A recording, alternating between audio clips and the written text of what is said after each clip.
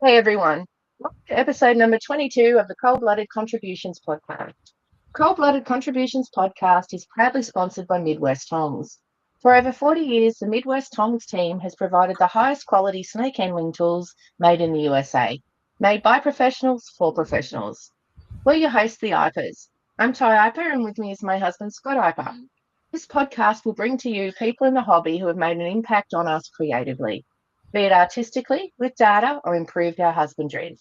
Today, we're stoked to have with us Matt from Not Another Reptile podcast. How you doing, Matt? Oh, not too bad. How are you guys? Pretty good for a Saturday morning. 10 a.m. on a Saturday morning, too. I might add. I'm awake. It's all winning. Yeah. So yeah. So what's been happening with yourself? Oh, not as far as the collection goes, it's been a very exciting spring. I mean, I've gotten inundated, I would say, with fire salamander larvae this year. So it's been very eventful to say in my salamander cave, as I like to lovingly refer to my basement as that. So it's just been it's weird because it always seems like my breeding happens at like the most unopportune times because it's like I'm in between. I'm staying at currently with my mom because of I had to sell my house and buy a new one. So it's like I was hoping to have a light year, and this is one of the bigger years of breeding that, and seems to always work out that way. But needless to say, I'm still super stoked to just get any larva is always a blessing, and to have as many as I do, it is really exciting. It's fun to watch them go through their larva state to their juvenile and so on and so forth. Do you have a rough idea of numbers? I believe I got so I have currently have two species larvae right now, and I think four of my salamandra biscoviach or biscovia, and then I have like 25 of my terrestrius, the salamandra terrestrius, Sulling Hills locality, and those are like erythristic morphs, so they're very bright orange instead of that typical yellow that you would see with them. Nice. And I take it your mum's a salamander fan then? It's funny because when I had asked, she had offered for me to stay with her as I was looking for a new house. And I don't think she was thrilled about the snakes, but the salamanders, like amphibians, have always been like my go-to thing as a kid. So like she was kind of used to having frogs and toads and stuff in the house, but the snakes has definitely taken some getting used to. But it's kind of neat now because she was in a definitely like more fearful of them, and now it's cool because when it's feeding day, she'll actually like stand behind me, and now she's actually wanting to watch them eat and everything. So it's neat to slowly chip away at that fear, and now I feel like it's more of a healthy respect instead of her like just terrified of them. So it's been it's a little bit of a learning process, but I think we're past that initial like, oh my goodness, I have a zoo in my house now. Well, if she keeps going that way, you've got, extra free help there. So winning. Right. Yeah. Matt, where did you grow up? And do you think that has helped shape you into who you are today? Oh, definitely. Yeah. So I grew up in a suburb outside of Chicago, Illinois. The suburb, for anyone that's interested in, it's called Woodridge. And where I grew up, I was very fortunate to have my mom's backyard. She has a creek, like a small river system that goes towards the back of the property. So like as a child, like I was exposed to frogs, toads, turtles, snakes. Like, I mean, I don't. Some of my earliest memories are of me like getting almost like yelled at for coming in smelling like garter snake musk. Because as a kid, I'm out there just playing with everything. And I don't know if you've ever had the opportunity to handle thamnosis, but their musk is fairly pungent, and it's not the easiest to get off your hands. So when you're especially in the spring, they do these breeding balls. So as a kid, you're like, oh my God, like there's so many garter snakes. This is awesome. So you're out there, and as a kid, you just want to play with the ball. So you're grabbing snakes everywhere and your hands get covered in all this crap. And you're like, I'd come in and my dad's like, what the hell is that smell? And I'm like, I don't know, and it was always it was pretty funny. But yeah, it definitely, as far as like herps go, like it's always been like a part of me, and I don't think I ever see myself not having some type of critter with me. It's just been something. It's essentially it's an extension of my personality, and I love them. I can't imagine not having an animal, at any point in my life. That whole natracine musk is fairly similar, whether it be Nerodia, Amnophis, Crocodinophis, etc. All those natracines have got this incredibly pungent musk, and it might be something to do with the fact of where they live, because they're living in such moist environments and aquatic environments. If you had a shitty dry musk, then it ain't going to last too long out in the environment, and it's probably not going to be too effective as a means to get rid of that predator away from them. So that's one of the reasons they reckon they've got that really strong musk. And it's funny that you brought up Nerodia, because when I was working with them in the early 90s, I remember I was feeding them like a heavy fish diet, and when I switched them over to more of a rodent diet, oh my goodness, did their musk go from really, really nasty to almost like, I wouldn't say it was tolerable, but it wasn't nearly as bad as it was when they were eating fish. And it was like, and I always wondered that in the back of my mind, like how much the diet influences how bad it can smell. Yeah, well, it's funny, like some species, I mean, some colubrids that we've got here, we've got Dendrolaphus here, which is the Australian tree snakes. You can actually smell them in the scrub. So if you're walking around, you can actually, if you know what you're smelling for, so to speak, you can smell them and actually hunt them out that way. Yeah, or you can tell someone that's just found them. Yeah, or you can definitely tell someone's just found them. So, like, sure. when they secrete it, is it more of like a clear, like, liquid, or is it like a more of a solid, pasty kind of like a white substance? No, it's a creamy, bluish colored liquid. Okay. Yeah, so it's sort of like a bluish grey type liquid, but it is quite. It's got a consistency of a very light cream or a very heavy sort of sticky water or something like that, I suppose. So it's not quite water-like, but not quite thick like custard or something like that. So put it this way: after washing my hands with antibacterial, the hand wash that everyone had in abundance with COVID, I still had my hands out the window. Oh man! Yeah. Oh, that's funny. It's funny when you get sprayed, that's for sure. You sit there and go, "Oh well, I'm going to be stinking for the rest of the night." So I'm not sitting next to him on the way home. Yeah, right. Are they?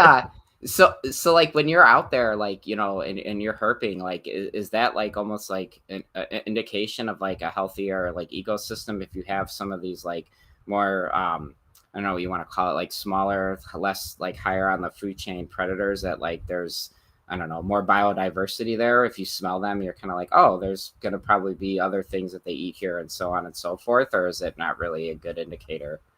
I mean, you'll see them more so than you smell them, but Dendrolaphis in particular is something that you'll be walking through. And if you're walking through, you can actually smell them and you know what you're smelling for, so to speak. But it's not something that you tend to hunt with them. You don't hunt by smell for them, but no, I don't think that's what Matt meant. In regards to the ecosystem, sort of how healthy an ecosystem, well, obviously the amount of predators that are sitting, whether they be tertiary or secondary predator level predators within an ecosystem, if they are in that ecosystem, then there's obviously that ecosystem is relatively healthy, you would hope, if it can sustain that. So, but I suppose too, the difference here to say the US, where the US have got a lot of small snakes that eat insects and stuff like that. That niche is occupied by lizards here for the most part. So we have less snake diversity here versus a much more abundant lizard taxa here compared to the US. And man, and also too, right? We've got no chordates either. Like we do not have chordates at all. So no salamanders, no newts, none of that sort of stuff. So the only things that sort of fit that niche are either frogs themselves, or if it's not frogs, then it's actually going to be lizards that are occupying that same niches.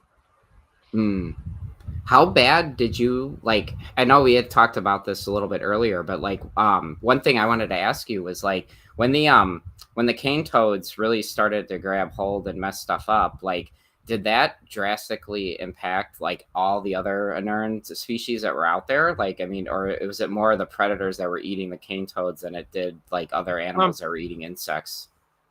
I'd say both. Yeah, there was a significant event. So what happened is when the the cane toads came in, they've done a couple of things. They've impacted the predators significantly because the Australian snakes and lizards and stuff like that haven't evolved to alongside bufonids. They haven't been able to sort of take on that toxicity, and so with the exception of a couple of species, it was initially basically a form of, if they ate it killed them, right? As simple as that. So you didn't get that recruitment for a long time. What we're starting to see now, particularly in places like Gordon Vale and other parts of far north Queensland, that have had toads now for, in the case of Gordon Vale's had toads now for 90 years this year. Okay, so we're starting to see a leveling out of toads in the ecosystem. So they are just basically part of the fauna now. And we're starting to see the animals that had massive declines. Anecdotally, we're starting to see that a re-recruitment of those species, and they've sort of leveled back to where they were. Anywhere on the toad fronts where the toads are actually initially coming through, you see massive die-offs. So northern blue tongue lizards, panoptes, mulga snakes, all of those things had huge die-offs. And we did see some of the more mammal feeding snakes actually start to take a slightly higher number out there because they weren't being competed against by the generalised feeders. So I've just figured out how I get a word in edgewise. I have to stop my leg, and that's when he knows to stop. Was it Rick Shine's book, Cane Toad Walks? Yeah. So in that, when he was doing his studies, he said it was amazing what they'd eat. One was cut open, I can't remember where, but there was a cigarette butt in it. Like it had willingly eaten things and flowers and things like that. So they're not shy on their diet as they're making their way through. Wow. Yeah. Wow. That's I would have Do never they eat guessed. things like that over there? Mhm. So in Florida, they'll eat anything as well. Yeah. I don't have any friends out there that have experienced really. I need to get that book, and that's a Rick Shine book, you said? Yeah. It's a really good read. Yeah. I definitely need to. I'm actually waiting on. I ordered a bunch of books from. I think the association is like SSAR, and they had republished. I guess it's like a lot of old school like herpetologists, their journals and stuff. Yes, yep, yeah, I have that, yeah, and I'm waiting on that package. I think it should be here on Wednesday, and I can't wait to dive into that. Get? That's like it's like a collection of, it's 3 volumes. It's a collection of like, I think it's journals of like just a lot of the the founder herpetologists throughout the years, and they had a sale. It was like all 3 volumes for like $90. Contributions to the history of herpetology. Yeah, and I bought all 3 volumes, and I'm just like, I'm so excited to dive into that because it's like they're really cool. Yeah, I talk a lot. I was interviewing Frank with Reptilian Diaries, and he had like opened up this whole Pandora's box about like classic literature and stuff, and now I'm just like, oh man, I'm like my library right now is kind of focused on just really random species. Like I really enjoy just trying to have some type of representative of any type of herp that I can think of in the library. And now it's like, oh, now all these old school books that have been around for ages. Yeah, yep, that's exactly what I got. Yeah, that's the 3 volumes right there. So, oh, cool. The one thing that's really cool about the fronts on them is that they have the signatures in gold leaf of the contributors on the front. So what's cool about that is that if you're wondering about whether you got an actual signed copy of one of these old school publications that these guys have authored, you can actually go back and have a look at this to see if their signature is the right signature or not. So that's cool. So yeah, no, really cool books. I'm going to FaceTime you Wednesday just to see if you pick up. Right. Yeah. I've been. It was funny when I had bought them a few weeks ago, and not to speak bad on the organization. I guess the person in charge of shipping or whatever was out of town, And it's been like a month of me waiting and waiting and waiting. And I finally got the notification that they got back in town, and now that the stuff is on the way. So I'm just like, I can't wait. I don't know. I have a bad habit. I don't know. Do you guys ever find yourselves like buying, like I'll see a book and I want to get it if it comes out, because you know how her books go. Once they get out of print, the prices go through the roof on them. So it's like, I'll buy all these books and then I have this huge backlog of stuff that I need to read. And I'm just like, I don't know. Sometimes I want to pump the brakes on like buying so much stuff, but at the same time I'm like, yeah, but if I go want to buy it next year, it might be 3 times what it was when it came out, so I might as well just bite the bullet, just buy it now. But it's like, I don't know, my library, it's like it's in boxes like everywhere. My mom was like surprised when I got here. She's just like, what's in all these boxes? I'm like, because I didn't put my library in my storage unit. I took that with me, and she's just like, oh my goodness. She's like, how many Reptile books do you need? I'm like, all of them. I'll give you a hot tip. Publishers are doing shorter print runs these days because people just don't have the money like they used to spend on books. So if it's one you think you want to get, I would get it. Yeah.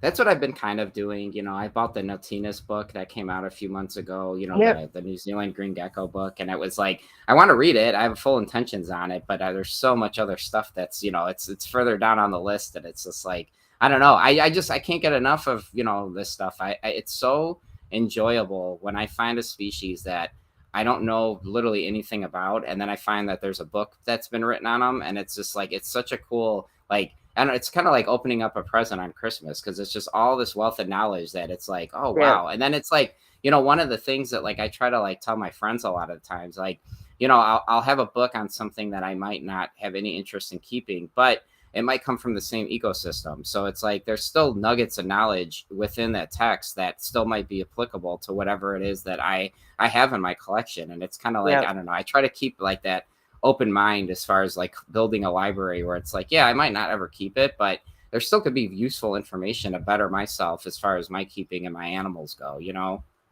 Yep. So, I suppose, while we're talking about books, what's your 3 favorites? Oh my gosh! What's right your top now, 3? What's the 3 that you reckon the listeners must have? So just me being me, is the genus Salamandra. That book, I love that book. I actually own 2 copies of it because I basically have one that never leaves my possession, and I have one that I'll let friends borrow. So that's definitely my favorite book.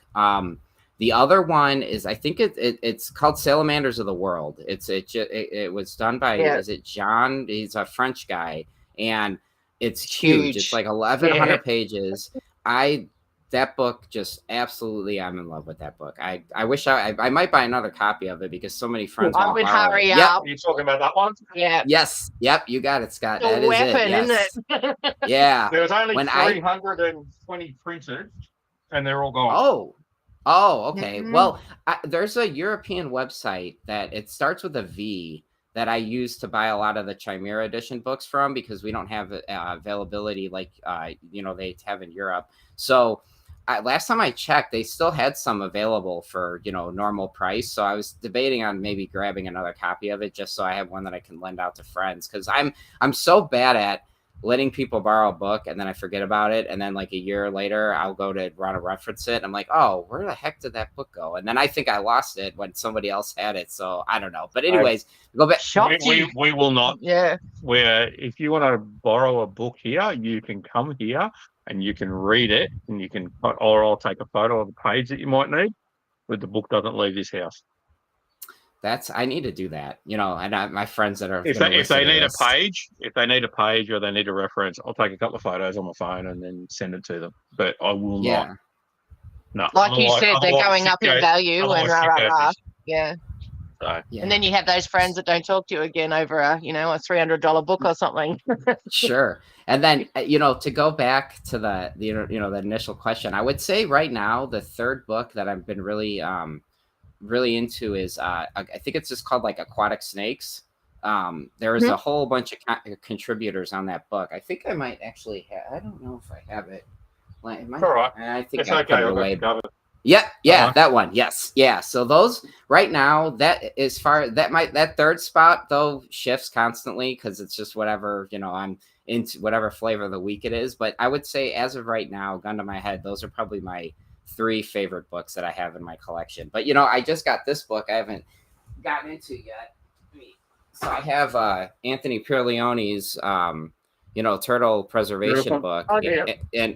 And after I interviewed him, I was like, just to hear the story of the amount of time and energy and effort that went into that book just made me appreciate it even more. So it got bumped up on my list as far as, the next, publications I want to read through, because it seemed like it was definitely a project of passion that, led to that book being created and published. So I'm excited to get into that. So I think that was really helpful that Ty got onto was this app called CLZ.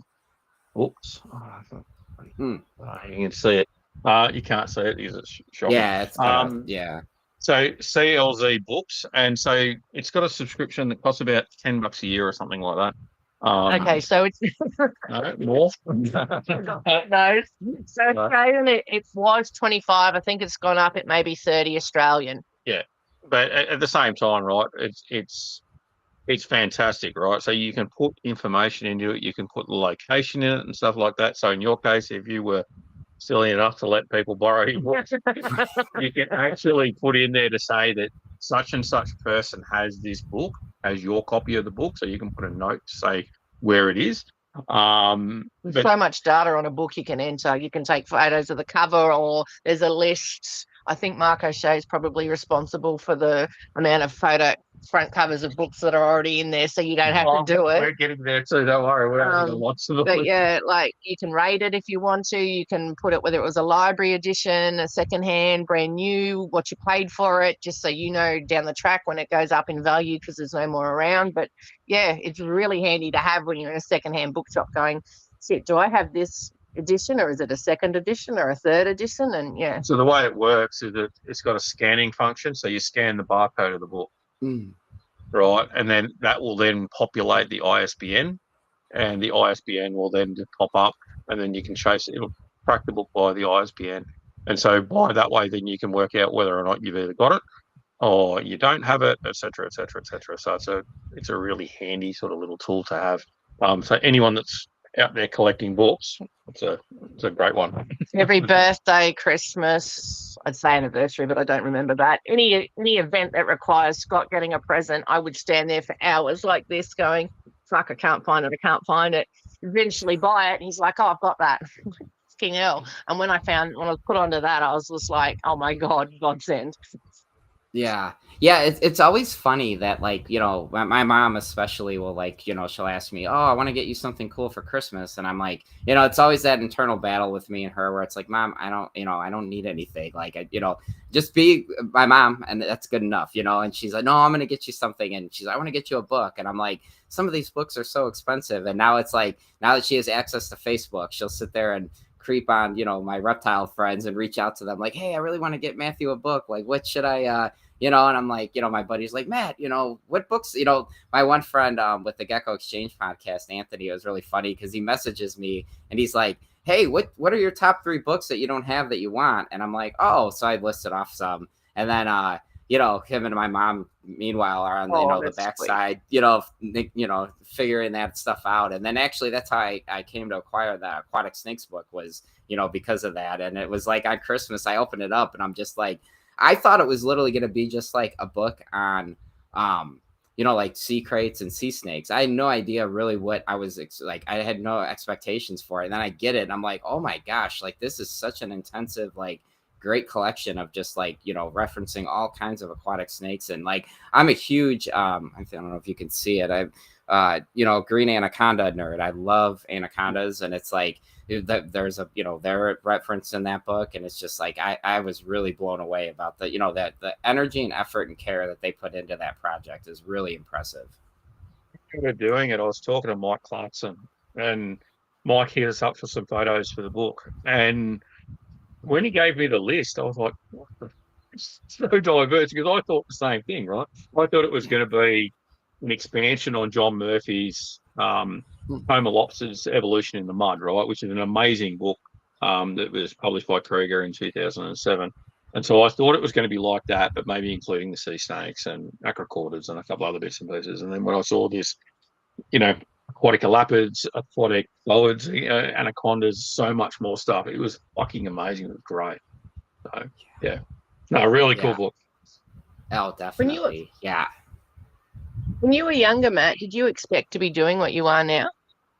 No, not in a million years. It's so funny. Like I always thought as a kid I was going to be in some type of a science field, but like, to where the path that my life has taken me to where I'm at now. I mean, if you would have asked me 2 years ago if I would have had, the energy and the effort and stuff to get to where I'm at now, I would have told you you're crazy. I'm like, there's no way. Like I had made a failed attempt at making an amphibian centric podcast back during COVID, because everybody was at home and stuff like that. And, for the listeners that don't know, my story, like I was really bad. I was I still am an alcoholic. So like when I went through, COVID, there's nothing to do. I'm fortunate enough where I was labeled like an essential worker or whatever. So I was working, but I was at home, and it's just like, whatever. So I'm like, I have all this downtime, and I'm like, I'm going to make a podcast. And I started interviewing people, and I had this idea of doing the Netflix model where I wanted to get like 10 or 15 shows ready and then just drop all of them,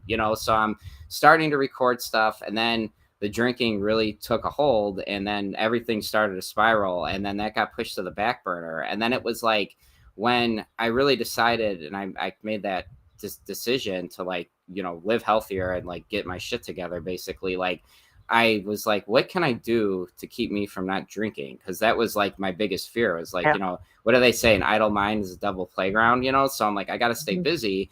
And I'm like, I have all the equipment to do a podcast. So I'm like, you know what? I'm just going to do this and let's see where it goes. I have no expectations for it. And like, I tell you, I've had so much fun. It has been such a awesome experience to just like, it's so weird when you meet or you hear somebody on a podcast and you feel like you have this connection. But it's like, how do you message someone on social media? Like, hey, I like snakes. You like snakes. You want to be friends? I always felt weird doing that. So it's like, now I have an excuse to talk to people because it's like, hey, I have a podcast. Come on, let's bullshit about, whatever it is that you're into. And I've just, it's been very, very, just such a pleasant experience. Like, it doesn't stress me out. It's a lot of fun. And I'm very extroverted. I love talking to people. I don't ever shut the hell up, honestly. Like I was telling Ty, I have literally a note on my laptop that says when I record, Matt, shut the fuck up, because I don't want to. Scott needs one.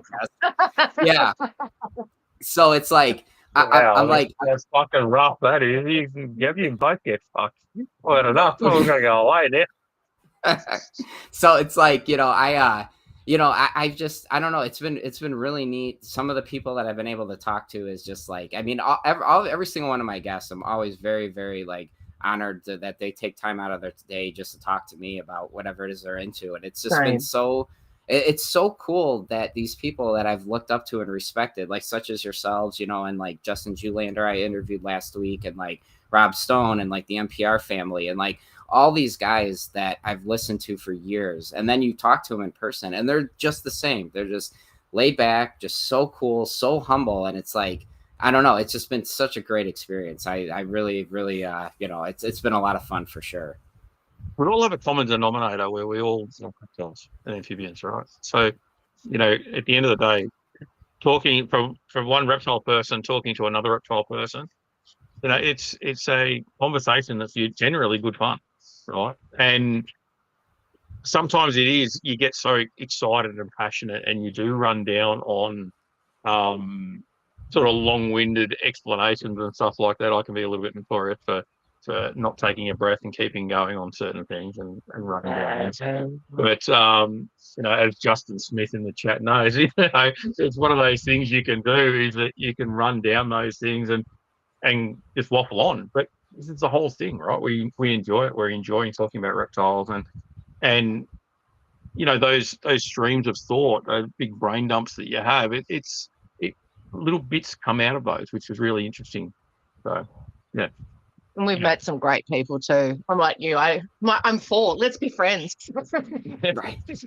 Yeah, it's neat. And then it's like, it's always surreal. Like when we have the real big reptile convention here in Chicagoland, Tinley Park, NARBC, and it was this past March show. It was very surreal that like I would be talking and someone would hear my voice and they're like, "Hey, I listened to your show." And I'm just like, "Oh, like people actually listen to my show?" Like, "Oh, that's cool." Like, cause I don't do it for like advertising, you know, like, or for you know, to try to like monetize it or to leverage it to like supplement income. Like I have no interest in any of that. Like and it's not to be like, you know, humble bragging, but like I've turned down sponsors because I don't care. I don't, it's for me. It's like my show. It keeps me sober and it keeps me like excited about the hobby. And like, I don't want it to ever feel like it's something that I'm obligated to do, you know? And I feel like if I take it too serious, then, and that's one thing I like to like say on my podcast, where it's like, sometimes I feel like sometimes people take themselves way too serious, where it's like, okay, like at the end of the day, we're all reptile nerds. Like, let's just get along and have fun and like enjoy each other's company. And it's like,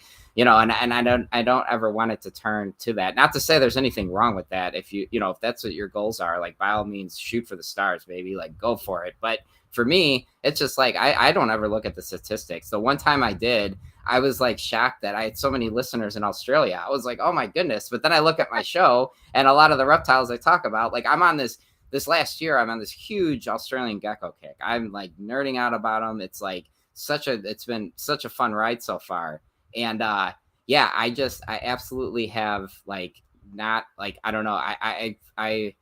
It doesn't surprise me when I think about it that I have a not big, but I have a pretty solid listener base in Australia because I talk a lot about Australian geckos. So, Right. and there's one of my terrestrius. That's one of my Soling Hills, my erythristic morph. Yeah, those little guys are very, very striking animals. So what's the origin of your love of salamanders?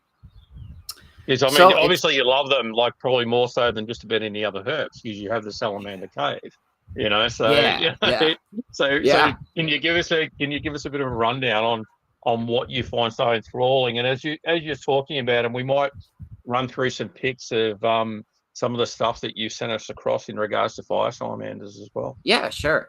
So I think it stems down to like their climate and how they thrive in cooler temperatures. You know, as a kid, one of my very first like animals that I really got like, basically I'll just call it what it is, I was obsessed with were Phelsuma. And you know, it was always a hot, you know, I was always so worried about a hot spot and keeping things warm and UV lights and stuff. So then my parents got me this book.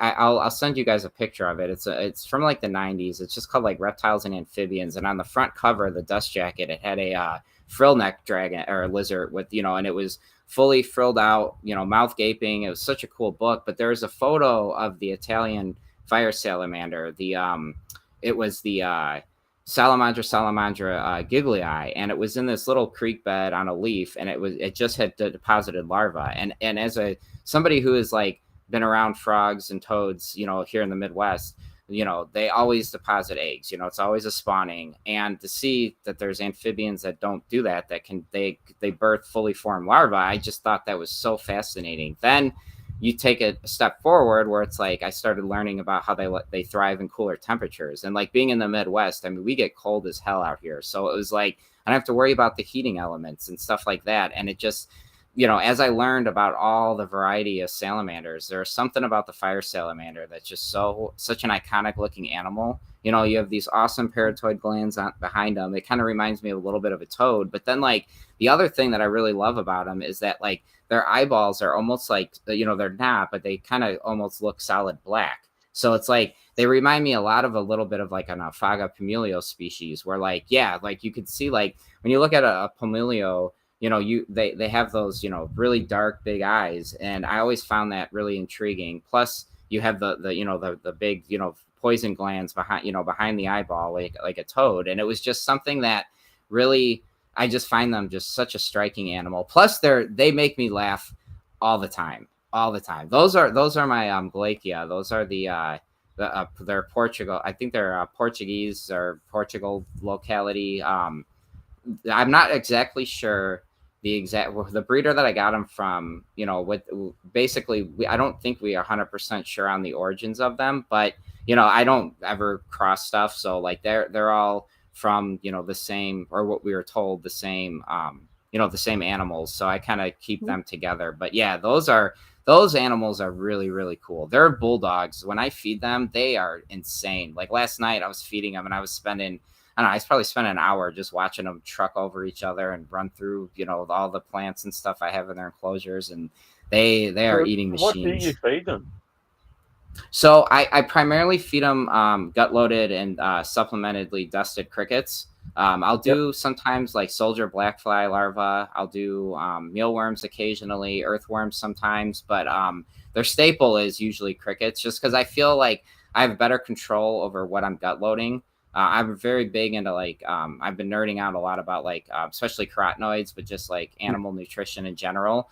And I like having the ability when I gut load, if I use like red or orange based, foods, when you see the crickets, I feed the banded cricket, not the European, like the house cricket. So like their abdomens, when they get full of like red bell peppers or, carrots, you can see it's red or it's orange. So I know they're gut loaded. And I think that's part of why I don't use roaches as much as I do with crickets. Yep. So you're finding that when you put the carotenoids into the diet, that the oranges, the yellows, and the reds are coming through in the adult, in the salamanders that you're feeding it to. Well, you're seeing the colours are improving. I don't know yet. I'm still out on that. I do heavy carotenoided, feeding gut load, and then I also use a supplement. I think it's called Tink Tank or Tink Man. It's a dart frog guy here in the United States who has a carotenoid powder. So I use both. I gut load with high carotenoid foods, plus I do the dusting, and I want to see. I don't know necessarily if the carotenoids are showing up in the adults, but I'm curious to see that if they're after a few litters, if their babies are going to mature and be, have more vibrant colors, because I've seen, or I've heard of studies that like with Ophaga Pomelio, especially Lamani, I think that's what it was. Ophaga Lamani, where if the parents start to dull out and you give them carotenoids and proper UV, they might not brighten up, but their offspring will exhibit their wild, more of that wild type with the very bright colors. So I'm curious to kind of see vertical transmission during the reproductive process. Yeah, so that's what, and with these ones, I didn't do a good job of having a control. I should have bought more and kept, 3 where it was high carotenoids and 3 that weren't, just to see if the blushing on the cheeks especially would be more vibrant or not. But I'm not 100% sure that, the jury's still out on if the carotenoid is actually affecting the adults, or if it's, or it might not do anything. As far as coloring goes with fire salamanders, I'm not really sure. I haven't seen any anecdotal proof one way or the other yet. It would be interesting to see that in Strophuris tanacorda, that animals kept in captivity often get a yellowish tinge to their tail. Whereas in the wild, you don't see them with yellow tails. They've always got bright orange tails. So I wonder if that's a carotenoid thing there, potentially in Stroph. The other thing that you noticed is that I'll get this out, then you go. Yeah. Sorry. The other thing that you notice as well is that in the bird world, people doing canaries and stuff like that, they actually have carotenoid supplements that they put into the water. So while it's not necessarily an easy thing for, I'm pretty sure there are companies that make food specifically for that. So you've got birds that do carotenoids that go into the water. So potentially, I've always thought that that'd be an interesting thing to try with reptiles, is whether you use that carotenoid-loaded water as a option potentially to get the food in, to get those carotenoids into their diet as well, rather than just going in by gut loading.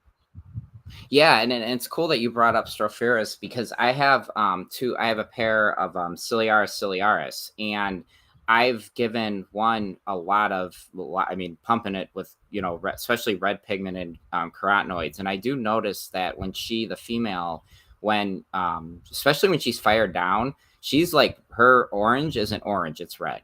And I think I sent you guys a picture of her where she's hanging out on the side of the glass. Yeah. And it was very, I was very curious to see if there's any analog, with that as far as the carotenoid, because the male who doesn't get heavy carotenoid diet, he's orange. You know, his oranges are, I mean, it's orange, but the female, I feel like, and see, this is I'm not a photographer at all, but like if the lighting was better, all of that, you know, red orange pigment, like it's very, in my opinion, it's red. It's not orange like the male. So I don't know if it is. Maybe I just got lucky and I got one that's cool, that's got more red, you know, than orange. But it's been interesting to kind of see her and how she's been developing as far as, you know, especially when, like I said, when she's fired down, it's very, very apparent like that. Yeah. And it's cool because now what I'm doing is I was fortunate enough here to acquire from Philip Trumper at Lizard Ranch. He released, he's the first guy to ever release or breed, and I think in the United States, or I shouldn't say the first guy, but in recent years, Stropharis ciliaris aberrans. And I was fortunate enough to buy, he released one pair and I grabbed them up right away. And I've been giving them a lot of carotenoids, and I'm curious to see if there's, you know, as they mature and get older, what they're going to kind of look like. And, you know, if they're going to show more red than orange and whatnot. It's been, I don't know. The carotenoid stuff is just something that it's always, I heard John Courtney Smith on, I think Dylan's Animal at Home, and when he was talking about carotenoids, and I've been just obsessed with it. Like I almost went to the point where I want to like dust my like feeder mammals, like, you know, mice and rats and stuff with it to see if the snakes, if it does anything with them. I don't know. I just been on this huge kick with it, and it's. If the powder's soluble, could you make it into water, put it into water, and then inject the rodent with it? That's a good idea. Actually, there's new guys that I'm friends with that will do that with worms. Is they'll take their worm and they'll literally make a paste, you know, of a carotenoid paste, and they'll literally inject it with a syringe into the worm and then feed it to their aquatic newts. And oh my gosh, are they? So, I mean, it's clear with some of these aquatic newts that they get very, very. It'll impact them drastically. You'll definitely see them become very red, you know, once they get that. So those are go ahead. No, I was going to say, so what are these? So those are my, that's one of my breeding pairs. That's my Salamandra Boscoviach.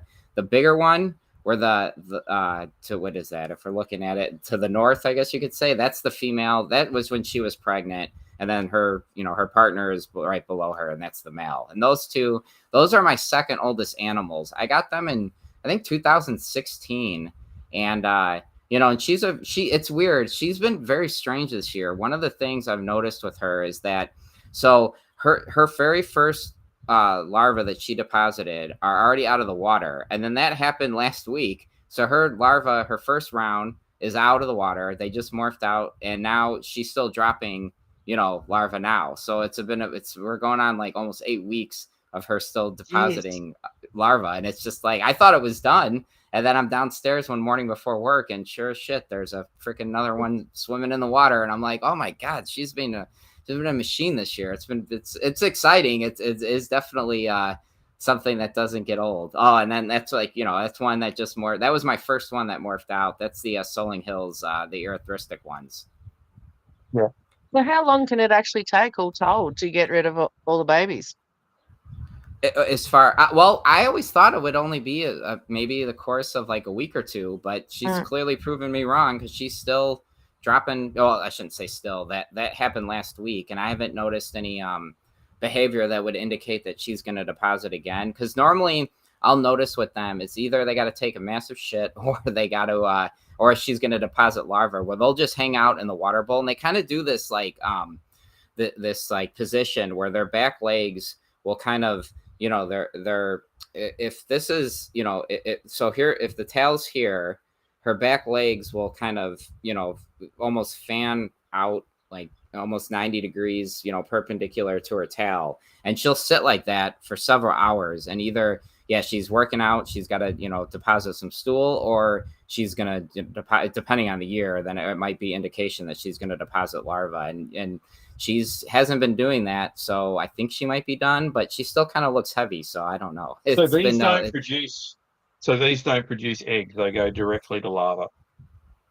Correct. They will drop infertile eggs. That kind of looks like what you would think of an amphibian egg, but if they're fertile, it'll be a fully formed larva. Their legs that same position you're talking about, I've seen when I bred Lysotriton years and years and years ago, and Cynops as well. So Japanese fire-bellied salamanders, you see them, they do put those legs out to the side, I suppose, just to open up the hips, and then they'll deposit their eggs onto usually aquatic plants, and then the male will come over the top and deposit the sperm over the top. So there's no copulation, so to speak, or intromission. It's just this dusting of sperm over the top of the eggs. Mm-hmm. And Well, I that's can a think- really. Oh, Sorry? sorry. Go ahead, Ty. No, go ahead. All I can think of is that where the phrase "dumping the kids at the pool" came from. Yeah, I it's funny because that's what I call their water bowls, or little pools. Because that's the other thing too. Like anybody who's like interested in keeping them, like they are horrible swimmers. So it's this like to me the biggest pain in the ass with them was when I first started getting into them back in like 2016.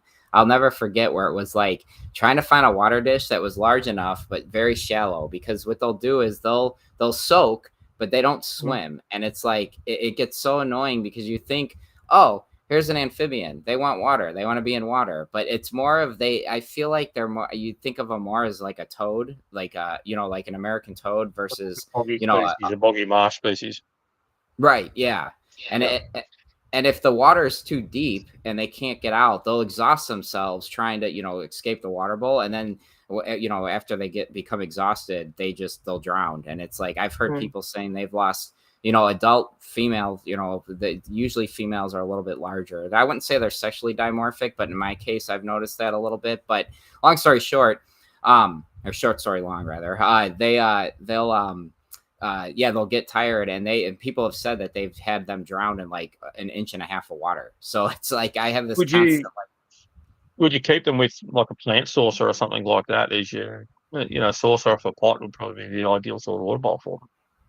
Yeah, the struggle with that though is that they can be very I don't know, voracious when they're in the water. And like I've tried to keep aquatic plants in with their water, and they'll drag them out. They'll get them on their, because the water we're talking about, like an inch or so, and they'll fully get their bodies in there, and then the plants will get on their back, and then as they exit the water bowl, they'll just drag them out. And it's like I tried that with like Java moss and stuff, and they just they pull it out of the bowl all the time. And it's just like at this point I've been able to get creative, or I'll buy like cheap plastic Tupperware, and I'll literally just cut it down to an appropriate depth, and then and then usually things take care of, they usually do fine. Cool. I was just looking for a book. Where's the Chimera book?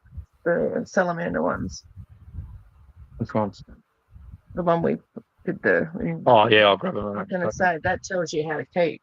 Yeah. Those there was a series of 4 books that came out from Chimera that was done in conjunction with the German Herpetological Association, which is basically a series of protocols on how to keep various species of salamanders and newts. So it's 4 volumes now, and they talk about specific species and how to set up and for breeding and stuff like that. Yeah, I love those books. I have I remember I bought the 3rd volume, and I didn't realize that it wasn't all in English. And I remember like when I got it, I think I was like looking at the cover, and I'm like, oh, I must have ordered the the German version. And then when I reached out to the publisher, they were just like, oh no, it's part of it's in English, part of it's in German. I'm like, oh, they're like, you could return it. I'm like, no, I'll keep it. I got Google Translate on my phone. It's fine. I was going to say Google Translate's your friend.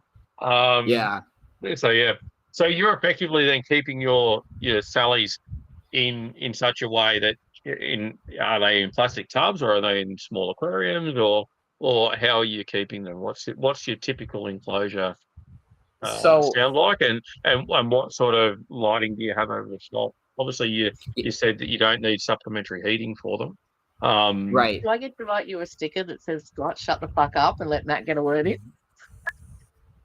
Probably. No, you guys are fine. No, you're fine. I don't know. I just get so excited talking about these things. So like, with the enclosure setups, what I typically do is I do like 20-gallon longs, minimal, and then or depending on my availability, if I don't have any open, I'll for temporary setups, I'll put them in a plastic tub. And now this is for adults. I'll get talking about like raising juveniles and stuff up next, but like for adults, I'll put them in at least a 20-gallon long, and then I usually do about 2 inches of just like organic topsoil. I don't do anything else, just standard organic topsoil. And I always put a false bottom in because of they're very prone to getting fungal infections. So if you do give them a heavy misting, which isn't bad, you can they can tolerate higher humidity, just not all the time. So I want to have somewhere for that water to drain to. So they always have a false bottom. And then I usually I try to put live plants in. Sometimes they kill them, sometimes they don't. It just depends on how active they are. And then I use cork. I know some people might do like stones and stuff, but I've noticed that, or for me, for my like lack of, I shouldn't say lack of, but I get very like worried inside my own head with my animals and my setup. So if I do stone, they don't, I wouldn't say they're not like a mole salamander, like some of the amastoma and stuff where they'll fully burrow into the ground, but they'll go underneath stuff. And I feel like I'm worried about if I give them something really heavy, like a stone or like a slate, if they somehow maneuver the soil around or where it could smash them, I don't know if it would happen, but I want to eliminate variables that don't need to be in the equation. Yeah. So I just do cork. I'll just buy cork rounds, cut them in half, or, cork, flats and whatnot, and just litter the tank with those. And they seem to do, really well. And then as far as lighting goes, I have them in a basement that's not fully in ground. It's about half of it's in ground. So there are windows, and I just let the natural light cycle, illuminate the, their environment. I don't give them any real grow lights or nothing like that. And I try to go towards plants that don't need crazy lighting. I noticed that if I blast them with like 650K visible light, some LED or something, they aren't diurnal, but they will respond once they get habituated to their environment. They'll associate humans with food, kind of like a leopard gecko will. So they'll get excited. They'll run to the front, they'll cruise the front of the tank, kind of food begging, if you would. So, but I noticed that if I do put a grow light on there, I don't see that behavior. And I wonder if it's just a response because it is so bright. Because typically, from when I interviewed Nipper, I love Nipper Reed. He's awesome. And when I interviewed Nipper, he was telling me some of his stories finding them in the wild and stuff. And he's like, yeah, they don't, you're not going to find them out if the sun's out, at all. You're not really going to see them. You got to flip them, that way. But if it's rainy or at night, you'll see them walking around and stuff like that. So I tend to stay away from plants that need grow lights, and I just, get stuff that's low light and let that, let the plants do their thing. Sometimes they take off. Sometimes salamanders will smash them down, and then I'm, wasting money on plants because I had a bad experience with my house snakes when I set them up in natural vivariums. Freaking, they will tear up any kind of plant I've tried. I've done succulents, I've done pothos, and you name it, they kill it all. So I just gave up with the live plants. And now snake killing pothos is a pretty good effort. Yeah. Oh, pothos is pretty hard to kill. It was crazy. I thought really that this one pothos really started to take a hold, and I'm like, oh, perfect. Like this thing, I'm actually going to get this stuff to take off. And then sure enough, about a month after that, it was my female capensis, and she freaking, I don't know what her deal was, if she was like shedding or something, but she it looked like she wrapped it up and then like literally pulled it out of the ground. And I'm like, oh my gosh, lady, like every plant I put in there, like they all die. Like I've tried what do they call it? Mother-in-law, mother tongue, or whatever it is. The snake plant, all kinds of stuff. And my house snakes tear it all up. So I just gave up. I just keep them with a lot of leaf litter now. So you keep other snakes as well. Like, what do you keep? Like, yeah, what's this thing here? This is looks like a suboc. Yeah, yep, that's suboc. That's my first one. I just find them like absolutely adorable, especially when they're young. They got those real big eyes and stuff. And it was like, I was always told that they make really good pets. And even though I do breed stuff, I don't ever like fancy myself as a breeder. I always consider myself a keeper because I don't breed any of my animals anything more for me just wanting to witness and experience the full life cycle. I don't I don't have any goals or ambitions of like aspiring to be like some type of like breeder or anything like that at all. I do enjoy getting babies and stuff, but to me, it's almost like an annoyance, like with my fire salamanders right now, because I'm like, I got to find homes for all these things and dealing with trying to sell stuff to people and blah, blah, blah. So long story short, I found out that the subocs are supposed to make really good pets. So I get this girl and she is just all piss and vinegar, man. She does not like, she is the most aggressive snake I've had in a long time. And you mean, you could see her, Might she's be in a just the defense. size though. Like it's only a small snake, so maybe when she gets a bit bigger, she'll calm down.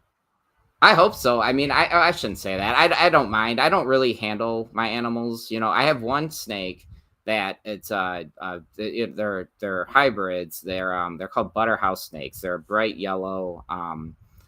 Just solid, no patterning, just a solid bright yellow snake. And I handle her a lot. She's kind of the snake that I can give to a kid and not worry about her like biting or crapping on them or anything like that. So like, is that I work. a brown cross aurora or something like that? Is it?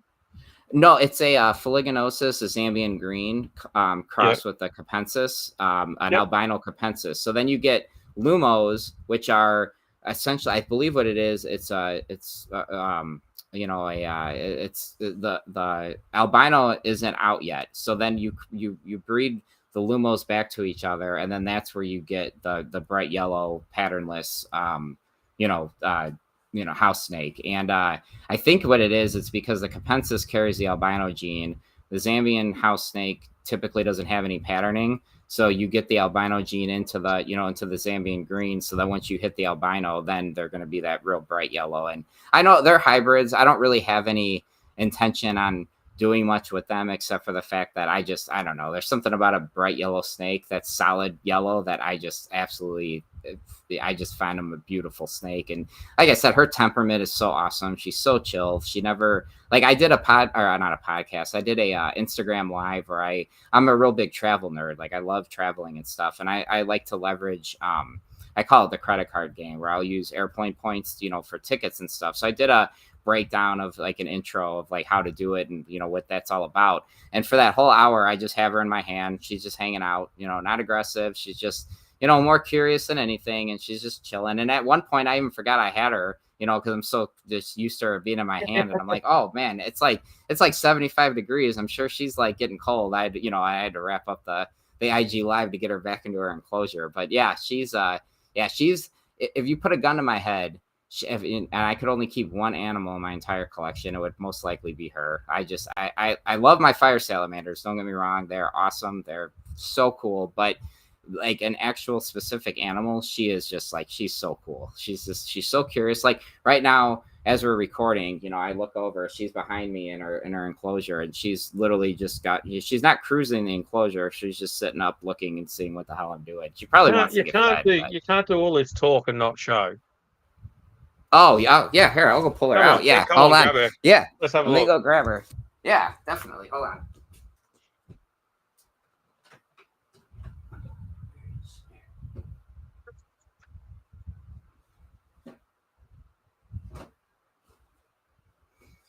Yeah, and go figure. She's in shed, so she doesn't have that beautiful bright, yellow. That's all right. But we've got to get this over this way. There we go. Now this is my baby. She's awesome. She's so cool. She's very and she's usually, I mean, the lighting in this room sucks, but she's very usually way bright, yellow, but she's deep in shed. So she'll, watch tomorrow, she's going to shut out and she's going to look, amazing. But yeah, like she's so cool. Like she'll just hang out, and watch, I say she never bites and she's going to bite the crap out of me now. No, yeah. She's coming up for a share station. She's going to show me for sure. Well, and it's so funny. I love telling this story. So when I got my Celebrosis, I said on a podcast that I think they might be my new favorite animal in my collection. So that night I had fed her, or no, I did a water change and I didn't put the latches on her cage. So like a day goes by, I check her water, fill up her water. I tend to, be pretty paranoid with my snakes, with their hydration. So I try to make sure I, I only have 7 snakes, so it takes me seconds, to get through their water changes. So I tend to change their water, if not every day, every other day. Anyway, long story short, I go check her water or whatever, and I have this aloe vera plant that's like insane. It's huge. I call it Albert. I bought it. It was like $5. It was dying at this grocery store. I'm like, oh, I'll just get it, and it turns into this massive weed. So I go to water this plant, and all of a sudden, this snake sticks its head out at me. And my initial first thought was like, oh, sweet, I got a wild snake in the house. And I'm like, wait a minute, that's not what a garter snake looks like. And I'm like, how the hell did you get in here? And she sure as shit, she was just nestled down in the, in the aloe plant. And I'm like, how the hell did you get out of your enclosure? So, I get her back, put her in her enclosure, notice that I didn't, like an idiot, I didn't latch it. And, and I always make the joke where it's like, yeah, she heard me saying that my Salabrosis might be my new favorite animals. And she's like, all right, asshole, if I leave you, let's see how much you miss me now, So, but yeah, it was definitely, I don't even know what I would have done if I noticed that she was missing, that, instead of just happen to find her. Cause I would have torn my house apart trying to find her. Cause yeah, she's awesome. She's so cool. Like I said, she'll just, she'll hang out. I mean, she's hungry. She knows she's getting fed in the next couple of days, but not tonight. She's not getting fed tonight. So, well, you spoke about the Salabrosis. You keep some other geckos as well. Yeah, these are pretty incredible looking animals. Yeah, those are my Goniosaurus orientalis. Those are the Japan. I think I don't know if I'm really bad at keeping up with current, taxa with a lot of my animals, but I believe they still are orientalis. I remember listening to a podcast where they might have been they might be now classified as something else, but they're, they used to be orientalis. And yeah, they're awesome. They're very shy. If you want an animal that you'll never see it, and it's like keeping a box of dirt, but it's like a gem and it's beautiful. They're definitely a gecko to get, because I never see them unless I specifically go and pick up their hides and get them out, because they are the most, out of all the animals I've ever kept, by far the most like seclusive, shy animal I've ever had. Like, they don't want anything to do with me at all. They're stunning. So are they from the Okinawa Islands? Yes, I believe so. Yeah, there's 2 different Japanese cave geckos, I believe, in the hobby right now, and I think they're both from that island. But I'm not 1,000 or 100% sure, but I'm pretty positive that's where that's where they're from. Let me go put her back though. I want to not get her too cold. No, that's fine. It is chilly in here, so 1 second. It's a stunning gecko, isn't it? Yeah, it is, isn't it?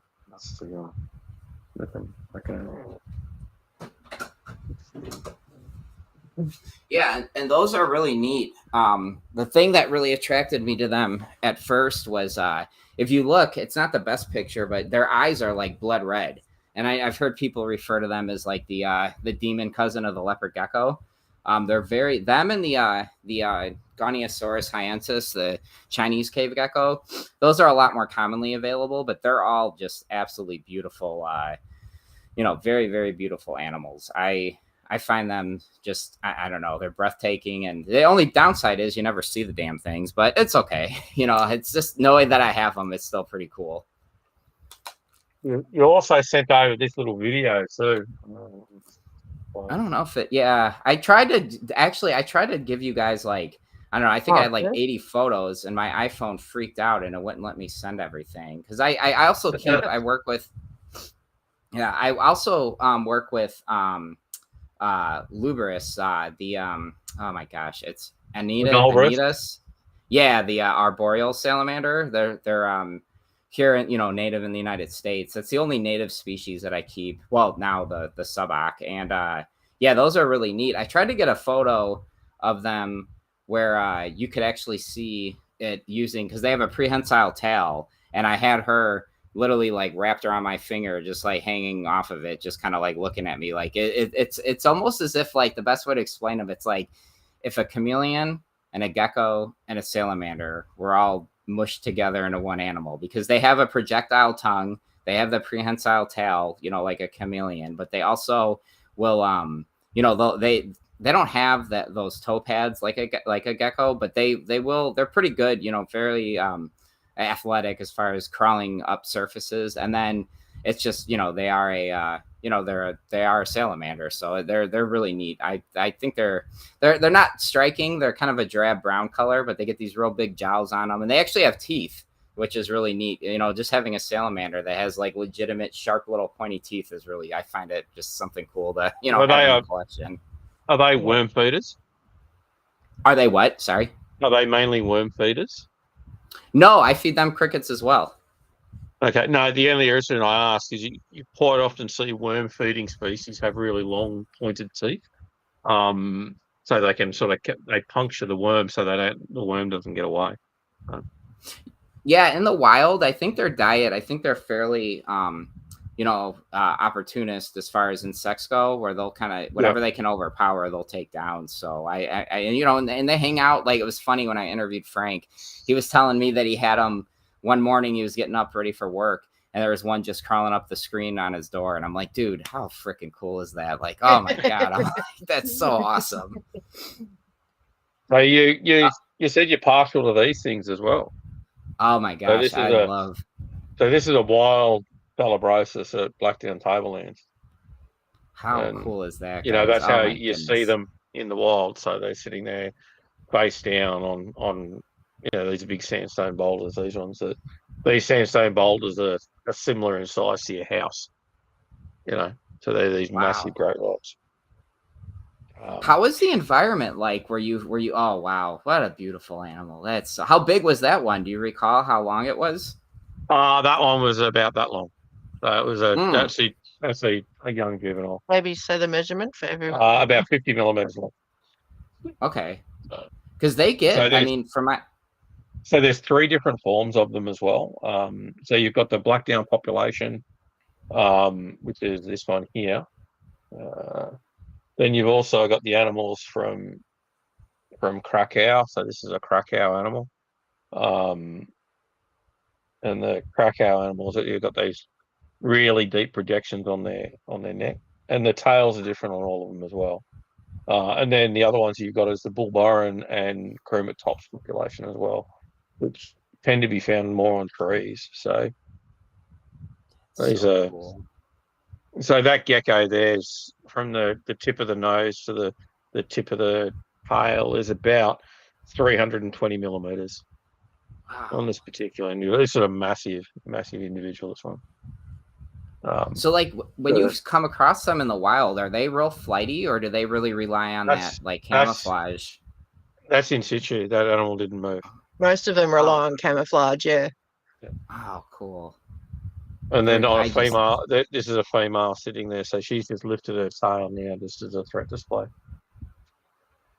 So they lift their tail and they'll arc their tail to try and sort of get whatever predator is to go at their tail as opposed to their head. Mine will do that. It's pretty funny when I go in their enclosures, if I'm just doing like maintenance, if I'm removing, like gecko crap or whatever. And if they're out, if they're basking, I've never had them gape at me though, but I've had them, do the tail wave at me, which is really neat. Yeah. So they'll do that. So they'll do this. Sometimes they'll gape, and then other times they'll raise their tail like that. And yeah. That's so cool. How hard is it like, because I remember when I was talking with Justin Julander, he shared a story when he found, I forgot what species of leaf tail it was, but they were out like, and it was like, hold on, I actually have it on my phone so I don't mess up, so I can, so let's see. He said it was Cornutus. Yeah, well, no, I was going to do the temperature conversion. So he said it was 50 Fahrenheit, so that'd be 10 degrees Celsius. So he said that they found, plenty of them. Like, are they out like all kinds of temperatures, or do they kind of like shut down and almost go to like an estivation when it's real warm? So this particular animal, bring it up. We have found them though on quite warm nights and quite cool nights. So this is Saltuarius wyberba, and we'll get wyberba out in 7 degrees Celsius. Oh wow. Okay. For Queensland, that is fucking cold. So yeah, very, very cold. So this is a one from Baldwin Creek. And they're beautiful. That happens to be that's an adult and a juvenile there. Oh my sitting gosh, next what to a each other. picture. Yeah. Oh my, how long, I mean, how many photos do you take to get that like shot? That's such an impressive shot. There's a lot of photos. But Yeah. we kept Saltira for years. This is Wayne that we bred. Oh, cool. So yeah. Anyway, so that's No, that. another. Just show you a couple of habitats from there. Yeah. See what it looks like. As you pull those up, another species of gecko that I keep that I don't talk enough about them, but they make me laugh so much are my Lucasium damium, I believe is the pronunciation. Those little geckos are so much fun. Oh my gosh, like they are the most like food like aggressive or like food begging gecko I've ever kept, like ever. Like the moment they see me, it could be any time of the day, both the male and the female just run up right to the front of the cage and they'll just follow me around. And it's just like, guys, you just ate last night, you're not getting fed again. It's like they are so cool though. They're so, for such a small gecko, they're so bold, and I really did not expect that. I did not realize how much fun like I was gonna have keeping geckos, because when I had the day geckos, when I was keeping Phelsuma when I was a kid, like they're a diurnal species that they were out doing stuff. And when I got my first pair of Strophaurus, they were they're the Spinageris, and I like was just so infatuated, and just it opened up this Pandora's box. And now I have I have Diplodactylus, I have the Lucasium, the Salabrosus, and then this Strophaurus, and it's just like and then I also have the parthenogenic. What are they? It starts with an H. What is it at the Petronodia? Yeah, I have two of the. Well, I don't know how many I'll end up with, but currently I have two right now, and I know one's definitely filled with eggs. So it's their numbers will slowly start to increase. I'm quite personable. You don't realize until you actually keep them how much personality they have. Yeah. So with your guys' collection, so that's cool. The sort of habitat that you get Wyberba in, and so these rocks, these boulders here are as big as your house, sort of thing. They're massive, and then that whole hill is just covered in rocks and boulders and stuff like that. So that's the places that you get things like Saltwaris Wyberba. In regards to Salabrosus is places like try and find something that's similar to that. I do have photos of their habitat.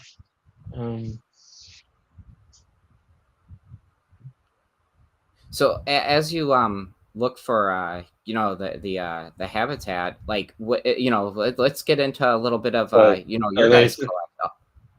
So there you go. So there, so that's a rocky gorge there, but you'll get them on the trees and on the rocks.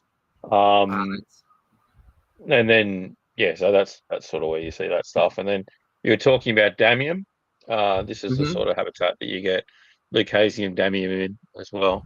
But you'll also get things like Strophaurus elderi and Strophaurus intermedius in that same habitat as well. Elderi is definitely a species that a lot of Australian gecko guys out here in the States are, very they're very coveted. They're very pretty gecko. Those used to be classified, right, as like were those at one point they were in Diplodactylus at one point. Yes, yeah. Yeah, definitely. And then I mean you get all that sort of stuff through those sort of more arid areas. And then you were talking about Spinageris. That's your habitat for Spinageris. Oh, cool. So they'll be sitting on these plants like this overnight. That's salt sort of out in the tips. What's that? Is that saltbush? Yeah, saltbush, and then you've got that coastal sort of heath stuff. So they you'll find in huge numbers really, really easily. Mm. You know, you go to Perth and basically hit any area of Perth that's got some decent sort of bush in it, Banksia woodland, and you'll see pitloads of Grophuris. Now, as far as with the Spinageris, have you because there's two different subspecies of them, right? Oh, it's Yeah. such a cool photo. That's in I think that's on Danny Brown's book, right? Yeah, probably. Yeah. That's I'm probably like, I've Danny's seen book. that photo before. Yeah. Yeah. Oh, so So you got those ones, and then what else? There's a few. Oh, Sorry, while he looks, what were you saying? there you go. yeah, so so cool. Oh my gosh, they're awesome. I love their those are such a just a breathtaking gecko. It's so crazy that like a gecko and you describe them as like this gray, different shades of gray gecko, and it's like you see them and you're like, oh my god, their eyes pop, and then when they gape and that you get that purple blue mouth, like they're so cool. Yeah, that beautiful blue mouth. There's the money shot. That's awesome. Don't egg him on. He doesn't need the ego. It's so cool. How so was that like was that a lot of photos to get that exact shot there, Scott? No, that was like 6 photos or something like that, maybe. Oh, what an adorable fit. That's awesome. Oh my gosh, that's so good. So yeah, I mean they're I mean when you see them, they're pretty common. I mean this individual here was running around on these flowers at night, chasing the bugs, and you pick them up by eye shine. And so basically, I think from memory, that night I would have seen probably 20 in about half an hour. They're not hard to find. So yeah, beautiful geckos. That's so cool. So like That's with a your gravid female there too. You can see the eggs sort of sitting there. yeah. Oh, definitely. That's really cool. So like with your guys' collection, one of the I would say the envious like Americans, is the Parenti, and you guys do work with those monitors, right? Mm-hmm. Yeah, and we work with Parentis. Parentis are a beautiful species of goanna that they get very, very large. It's a species that, if we were living down south in Victoria or something like that, but regardless of the laws, I mean, you can't keep them due to the legislation down there, but we wouldn't keep them anyway, even if we had the opportunity, because they need such a large area. And to heat that large area appropriately is sort of outside of the realm of certainly us and a lot of other private people. I mean, certain people could do it, but it's a huge commitment to give an enclosure of the appropriate size to a lizard like that. And we like to keep outside as much as possible. Yeah. Try and get as much of their natural habitat as we can in their enclosure. And making sure that they've got the right UV access to light, so both the UVA, UVB, but then also to your infrared light as well. So your infrared A, infrared B is important as well as your normal visible light. So. When we moved here, we had a Lacey, and we owned this place, and we were renting before. And I think the Lacey was the first thing to go outside, the male Lacey. And the difference in the black and the yellows from a week in sunlight from the normal UV lighting that he had was phenomenal. And that was what spurred us on. That and the cost too. Electricity isn't cheap. But yeah, that's what spurred us on to get as much as possible outside was just the colour depth of the black and the yellow. And that was the outside alone. So it's clearly better for them the whole way around if you can do it. Yeah, I definitely. Oh, there's an elder eye. That's cool. So the Parentis they're amazing to keep. They're animals that they're quite personable as well. We can call them by name, and they'll come over. So they are very intelligent lizards, that's for sure. So. How many do you guys have? We're down to a couple these days. Okay. So they're How- kept separately in very large enclosures, and the female may be big enough this year for introduction. So we're considering about whether or not we'll do that. So yeah, and then on top of that, then we've got a whole snake building full of venomous reptiles as well. So covering about 20 odd species of venomous snakes. So everything from taipans through to death adders, brown snakes, Geckos, the black snake group, the tiger snakes, and Ty's favourite, the death adders. So we've got quite a few different species of death adder. All named What, Napa. oh, sorry, go ahead, Ty. Sorry, Scott calls all my adders Napa, which stands for not another fucking adder. Oh no. So what was the catalyst as far as you guys getting so involved with the venomous snake keeping? Is it just their look? Is it the adrenaline rush from working with them, or They came with my husband for me. There's zero adrenaline rush working venomous. Yeah. It's like you picking up a bottle of water and having a drink out of it. For me, is the same when I'm picking up a taipan or something like that. It's just the same old stuff. So, but I'll throw up a few of the things that we keep while we're talking. So, we keep things like common death adders. This is a common death adder. We also keep hawkeye, Acanthopus hawkeye, which is a beautiful species. This is a one from the wild here rather than a captive one, but I'm sure there's a captive hawkeye there. And then we keep things like Pyrrhus, which is the desert death adders. Again, a absolute beautiful species. Doesn't like them, but this is how he describes them. How can you not?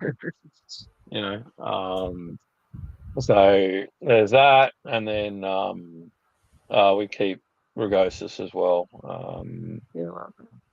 I'll give that a second. So that's a wild rugosus there, sitting there in amongst the spinifex. And then these horrible looking things, the pilbara death adders. So that's a tough looking snake? Wow.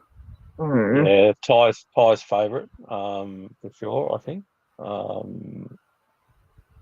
That's a body shot of it. So Gosh. they're a pretty incredible looking snake. They're a snake that has both a melanistic form, which is the melanistic form, which is looks like it's recessive, and then you've got the red versions as well. So the reddish version. This is a very heavily gravid female red one, and she spat babies shortly after that. So How big was the litter size with her, or was it? Do they lay eggs or are they live birth? No, they're live bearers. Okay. Smallest one was 1.4 grams. Oh, So that's some neonate that's there. So she's dropping there. So there's an incompletely formed young there, but then you've got some others there. So these ones here are about 2 grams each in length, in weight. Sorry. So, taking its first breath as it comes out of the sacs. They're born in a sac like that. So this is the baby's being born out of the female. So they lift the tail up and they push out, and usually 2 babies come out at a time. Yeah. How long did the whole process take for her to finish birthing everybody? About 4 hours or so. Yeah, it was surprisingly quick. We thought it would have taken longer too, especially as it was at the first go. That was a bit of an unusual one that was born. So you can see it's got 2 heads there. Just the head split. So you can see there's the head there, the split down the centre there. So it also had a bifurcation in the tail there as well. So that's probably a conjoined twin that's fused back together in the sack at some point, and That was sad, that one. It was actually breathing it too. was alive when it was first born, but it was well and truly too malformed to survive. So that animal was euthanized. So yeah, very different looking thing. It's crazy. Yeah. So well, you have live animals, you end up having dead animals as well. So Yeah, I always say is when you're working with life, you're also going to be unfortunately working with death. You know, kind of comes with the territory. Yeah. And I think too, the more you keep, it's more of a not a normality, but it's more accepting. Whereas the person with one snake or one lizard is like, "What do you mean you've lost animals?" And it's sort of like, well, you keep that many that it's bound to happen, whether it's an older animal or something like that. Yeah. Got these as well. This is a western tiger snake. We also have these guys, the Kangaroo Island tiger snakes. And then we have Now, are you guys legally able to keep venomous outside, or you have to have it in your facility? no. So the way the legislation is that we need to keep we need to have approval for all of the enclosures that we keep the venomous in. So we've got individual approval for each one of those, and all of our venomous enclosures sit within inside the approved building, and so they're inside. Generally speaking, you should always have your animals behind usually 3 doors, but when you're opening it, you might have it behind 2. So you'll have the door of the enclosure will form 1 door, the door to the snake building will form the 2nd door, and then the door to the building itself, the room will form. Sorry, door to the enclosure, door to the room, door to the building. Right. So you would, by practice, you'll only ever have 2 doors open at once. So, 2 doors closed at once at all times. So you'll always only have 1 door open. So the animals are always behind a secondary form of containment. So if you're opening the enclosure, the doors are closed. Right. If you're opening the entrance to the room, then the door is closed and the enclosures are closed. If you're opening the entrance to the building, the room is closed and the enclosures are closed. Does that sort of make sense? So Yeah. if you've got the animals outside, when you open that enclosure, you don't have that secondary form of containment. And that's the concern. So essentially that's why they don't allow it. So potentially what you might be able to do, you might be able to get it across the line if you had like an aviary style setup over the top of your outdoor enclosures, which would then form a 2 formed barrier there. And you might be able to then put a gate into that, so you then had a secondary form of containment. So there's 2 doors on the way in, so you had like a hatch. So think of it like an airlock, I suppose, before you walked in. So you had those 2 forms of doors. So that may be okay as well. I would wonder, like, would they, like, with like an open air system, like, would they let you, I don't know, like the finances behind it might be insane, but like almost like a retractable roof, or like you could, to get natural like UV light, like that full spectrum light, or is that something that, they Well, might you not just be mesh it. fond of? You'd mesh the sides. If you just use mesh on the sides, that would allow light to pass through. So like, when you guys were designing your facility, like, did you have to work closely with the governing, agencies to make sure that you didn't have like something? No, we knew the Rules. we knew the rules, so we were able to build them to within the scope of the rules. So we put double glazed windows into the roof to allow for natural light transmission of the right color. We've also found that the animals are impacted by the moon phases and stuff like that as well. So, so that's a fairly important point for us. And obviously the lighting, we've got emergency lighting in there as well. So if the power goes off, lights can come on. So we've got emergency protocols in regards to envenomation. So if there's a bite, we've got all our documentation in place. The doors were built big enough that they could fit a a stretcher, an ambulance stretcher through the doors. We There's work on principles of whether or not we can work with the venomous snakes on that day, depending on what's going on outside. So if there's flooding or anything like that, then we're not going to work with the venomous snakes on those days. There's access to the hospital might be a problem, so we don't want to be doing that. We don't want to be an encumbrance, an additional encumbrance on emergency services. So we've got our protocol when it comes to working with the staff. if we're feeling slightly off, we don't go in. Yeah. Et cetera, et cetera. If we've had medication that could make us sleepy or whatever, it can be done tomorrow. Yeah. Mm-hmm. No snake is worth dying for, that's for sure. Yeah.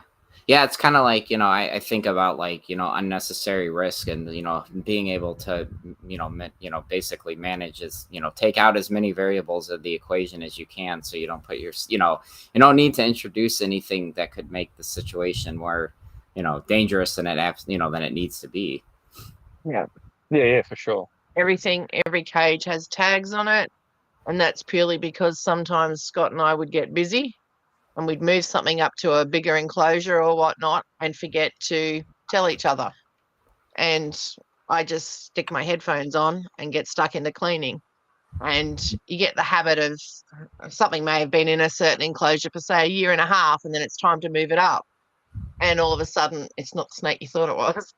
Yeah, which is why we've got different approvals for different species in various enclosures. So it allows us to move the animals from one enclosure to the other without having to do a change on our license or anything like that. Just find it helpful. And I have an autoimmune disease too, so I don't want to find out the hard way that snake bite was the last straw. Yeah, that's it's a mulga snake, which is quite a pretty animal. We've got things like butler snakes. So it's a species that you wouldn't see in the US at all. Scallop snakes, which are a pretty incredible looking snake. Wow. And that's a juvenile. They don't look that pretty when they get to adult. Yeah. That's a juvenile. That's really beautiful. Yeah. They really dull down in colour. They dull down a bit as they become an adult. So that's an adult there. Still not an ugly snake, but not quite as vibrant. Yeah. The old carotenoids are pretty strong in them. Right. Yeah. And then we've got things like spotted black snakes as well. So this is a juvenile spotted black snake. And then red belly black snakes as well, which are an absolutely beautiful species. This is some live bearers. This is some popping out of their sacks. So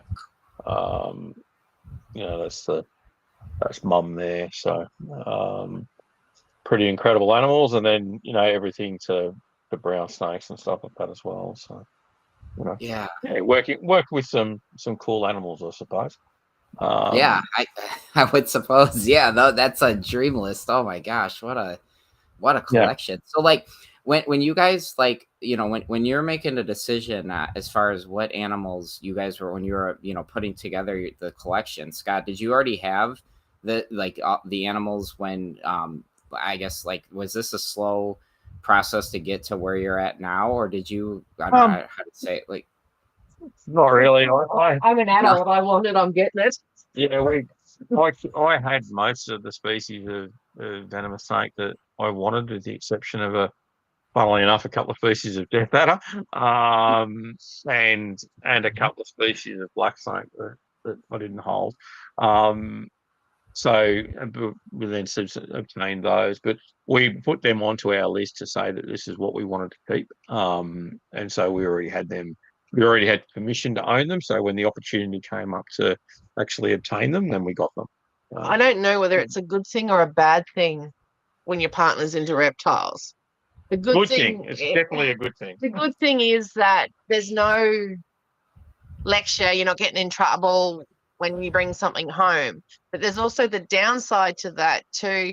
Could be a tight week. Well, it's a monthly pay here. Could be a tight month or whatnot. And you've seen something that doesn't come up very often, or you just really have to have that week or whatever.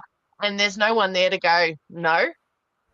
the partner goes, well, you can't get one, you should get at least 3. So it's, while it's good, it also can be quite bad. Like we had quite a few in numbers several years back, and we started slowly sort of getting it back a bit, purely because we had no time. Like writing doesn't pay the bills. Well, I guess it does if you JK rolling, but writing natural history does not pay the bills. You do it because you enjoy doing it. So Scott still has the 9-to-5 job, and I work from home. There's not enough money in the business to pull a wage, so you rely on the external income. But there's enough animals to keep you cleaning and feeding, like, for so much of the week. Mm-hmm. And it just got to the point where, not that picking up shit was ever enjoyable, but it was far less enjoyable. Mm-hmm. And like Scott was 45 the other day, I'll be 50 next week. And for most of that time, we haven't really, okay, the writing is on us, but we haven't really had that much of a life. We watch our friends do this and go there and go out all the time. And we can't, because we've got animals to feed or clean. So we made the decision, or writing to do. So we made the decision to knock it back a few years ago. And we don't sell much. We've had our animals 20 plus years. So a lot of them are slowly sort of, well, not a lot of them, but quite a few of them have been starting to pass away with old age as well. So, yeah, and we just haven't replaced. Yeah. Like, so that's one thing that I'm really fascinated with is like the process, like when you guys decide to like collaborate and like write a book, like how is that like an enjoyable experience? Is it stressful? Is it is it a little bit of both, or like how does that dynamic work with you guys doing that? Do you want the honest answer or the PC answer? Hey, I got no rules on my show, so whatever you guys want to. Frustrate the fuck out of Scott. So Ty has ADHD, and I'm probably on the autism spectrum slightly. No, darling, no. So in my case, I'm a very much a planning person. So I'll plan my lists on my lists. And to the point where I'll form a scaffold for the book, and I'll articulate in a spreadsheet basically what every paragraph in the book is going to say and where that paragraph's going to be. And then so what I'll do is I'll go headings, contents, and then from the contents, then I'll break it down into subheadings, and then within each of those subheadings, then I'll articulate what each one of those paragraphs is going to be, and then I'll move them around so I've got a better flow as to where it should be within it. So it's got that logical progression, and then by doing it in a spreadsheet, you can then shift it around and move it to where it sort of needs to form. It's the same thing with regards to our chapters as well. So we'll formulate that, and then when it comes to the actual writing part, then I'll have the spreadsheet open. And then when I've completed that section, then I'll highlight that a different color so I know I've done that, so I can go back to it. So I'll basically work down from the front of the book to the end. So I will write a paragraph here and there, and I'm like, where did you? The spreadsheets. Where did you get to this? And then next thing you know, it's like, oh, I've written this paragraph, and well, why did you write that paragraph and not do that one, and that one? Because that topic's boring. I wanted to get to the fun topic, and he's like, it doesn't work like that. And I'm like, sure it does if you put it in a different color, because then everyone knows what's happening. And he's like, no. So yeah, I mean, and he's anally retentive, and I'm sort of wing it, but it works. Oh, that's so funny. I remember, like, with myself, it's like, with me and the ex-wife, it was very much like, yeah, total opposites as far as us managing and dealing with stuff. Where, like, I went through a phase where, like, when I was active in addiction, I was very, like, everything needed to be laid out, and I had to have a list of everything. But now that I'm sober, I've been able to, like, manage. It's so funny, another side note is, like, when I was put on, an anti-anxiety medication back when I was actively drinking, and it never it's Lexapro for people who are interested, if it matters or not. But anyway, so when I got put on it, I was still drinking, and I didn't feel like I was working, but I still kept taking it. This is how messed up my mind was like, I liked it because it only took me 6 drinks to be really fucked up versus like 12. So I'm like, hey, like this is awesome, you know, whatever. But it didn't help manage the anxiety. Well, then I get sober, and it's amazing when you're not drunk all the freaking time how the medication does what it's supposed to do. And I've noticed now that, you know, I'm next month will be a year and a half of sobriety for me, and like I've definitely noticed. Oh, thank you. And like I've noticed that I've been able to like get a lot more like just kind of go with the flow and be laid back and just kind of like, you know, more like it's funny seeing it like from Scott's point of view of like very meticulous, having things listed out, to now I'm very much more like, I don't know, whatever the day brings, it brings, and I'll just deal with it when it occurs, kind of a deal. And my mom, you know, so too, the way we do it, I think, is more open for you come up with an idea or something that hadn't been regimented to begin with, and we discuss the idea, and it ends up going in. But because it was so regimented, we've now got to find somewhere to put it in. Whereas if you trust it and continue to breathe through it, it's not such a hassle when a new idea comes up.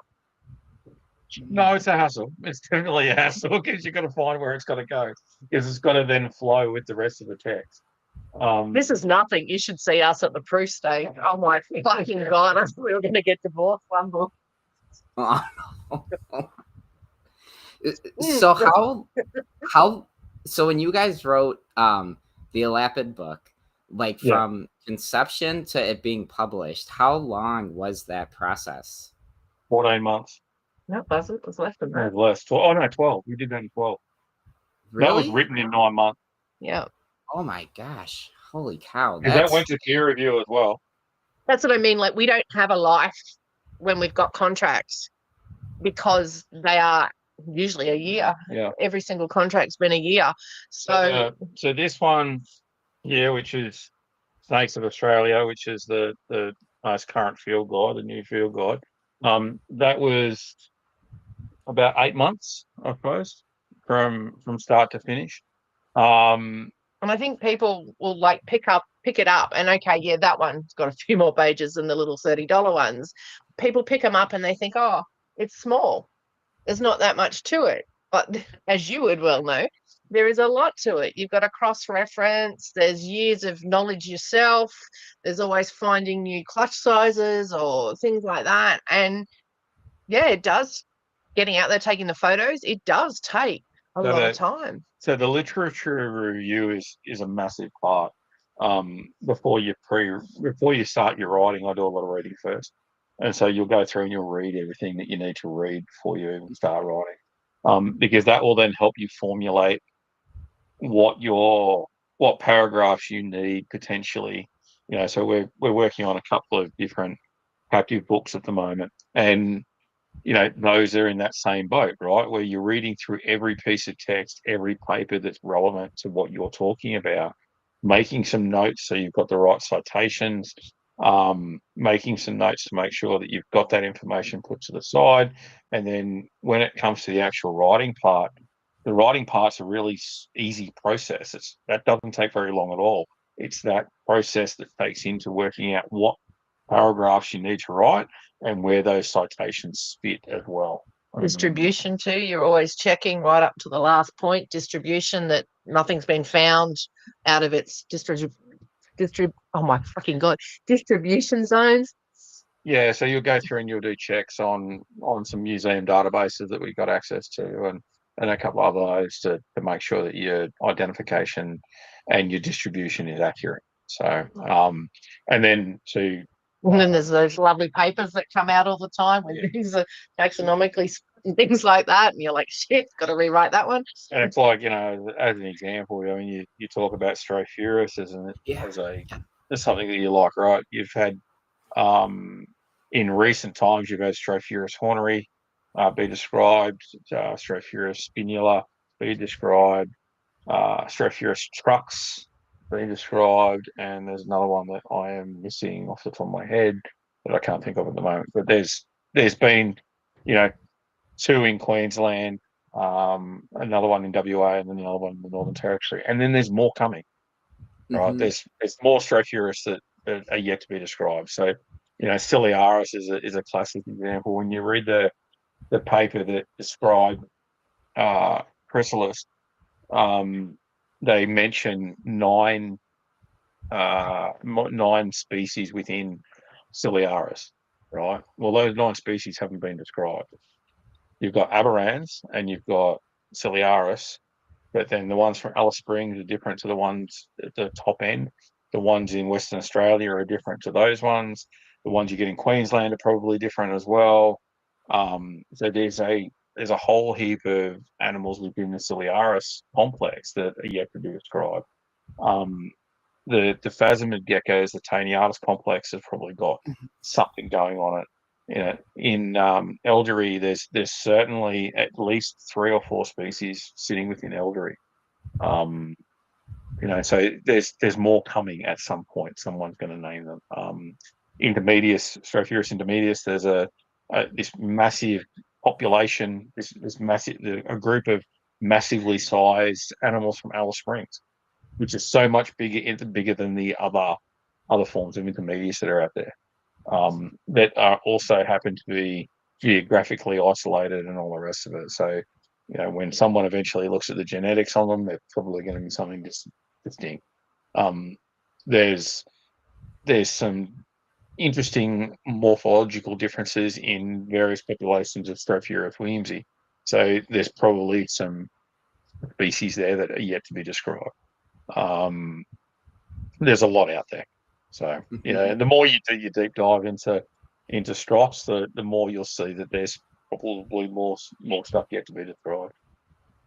Yeah, when we were talking, I remember you were telling me about like Tenakata, and I knew that they were talking about at some point breaking it, into different subspecies. And then Scott, you're like, oh no, I think they've done that already. And I'm like, oh my gosh, like, because like where I'm at with my literature review is I started, finding the earliest papers, and I'm working my way up, to present time, because then also by doing that, my logic is, well, but when I catch up to, present time, if there are papers that are coming down, or getting published, it's giving me more time to, get to the stuff that's been written. It's been written. So it's kind of like, I didn't want to start at the begin or at the end essentially, and then start working my way backwards. And then another paper comes out, and then I got to jump back up to the top, and, and it's just how my brain works. I'm like, well, the stuff at the end, at the beginning of the timeline is going to be, that's there. So that's, that's what, that's why, at least that's my logic as to why I'm doing the literature review in the way that I chose to do it.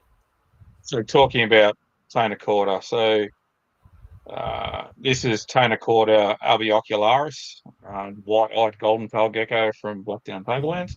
So this is quite a beautiful animal. You can see that it's got this sort of greenish yellow eye as opposed to the normal orange eye of the others.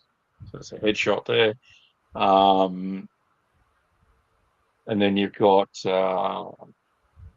Triaureus, so tri meaning 3, aureus meaning gold stripes, so 3 gold stripes. So this is the 3-striped golden tail gecko. So this is from Eidsvold. You notice that the black pigment is really, really small. It's sort of restricted to a singular scale in these versus in albiocularis, where there's 2 to 3 scales that covers there, and it's got the 3 golden stripes on the tail as well. And then you've got Taenicorda. Yeah. So this is the thing again. Clusters of 6 to 8 8 black sort of pigments in regards to that. So they're your 3 described forms, and then you also have a 4th. When you read the paper, they talk about this fourth animal as well, which is this one here. This is the one from Spring Gully. So this is quite a different looking animal. The gold stripe seems to come right up the back on these ones a bit more. You can sort of see it in that one there. So another one there. So yeah, really, really impressive looking animal, that's for sure. Yeah. That's just a fairly dark individual as well. So, Man, those are they're that's one of the next Stropheris. Once I get I know I gotta focus on buying a house first, and I'm like I want to keep adding to the collection because I'm at a point where it's like my collection is so manageable for me where I'm not like stressed, and it's like my friends. It's funny, they'll give me shit because they're like, oh hey, we're gonna go out tonight, you know, you want to come out to dinner with us, and I'm like.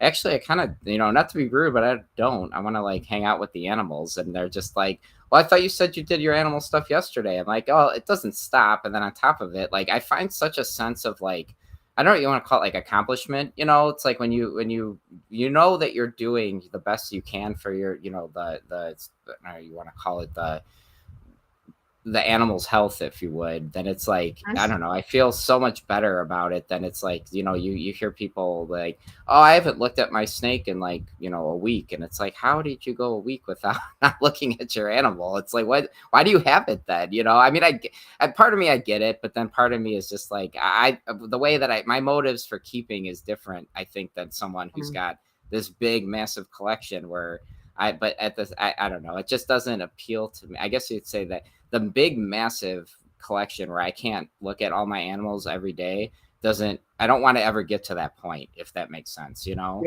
Yeah. so this here is probably an undescribed species of strop. So this sort of sits within the Williamsy group, but it's got a very different tail structure, and the tubercles are very different to some of the others, right? So if you look at that animal there versus, say, something like that where the tubercles are so much deeper, and yeah, so they're probably a different animal, that one. So yeah. Is there Yeah. anything you haven't kept that you really want to keep?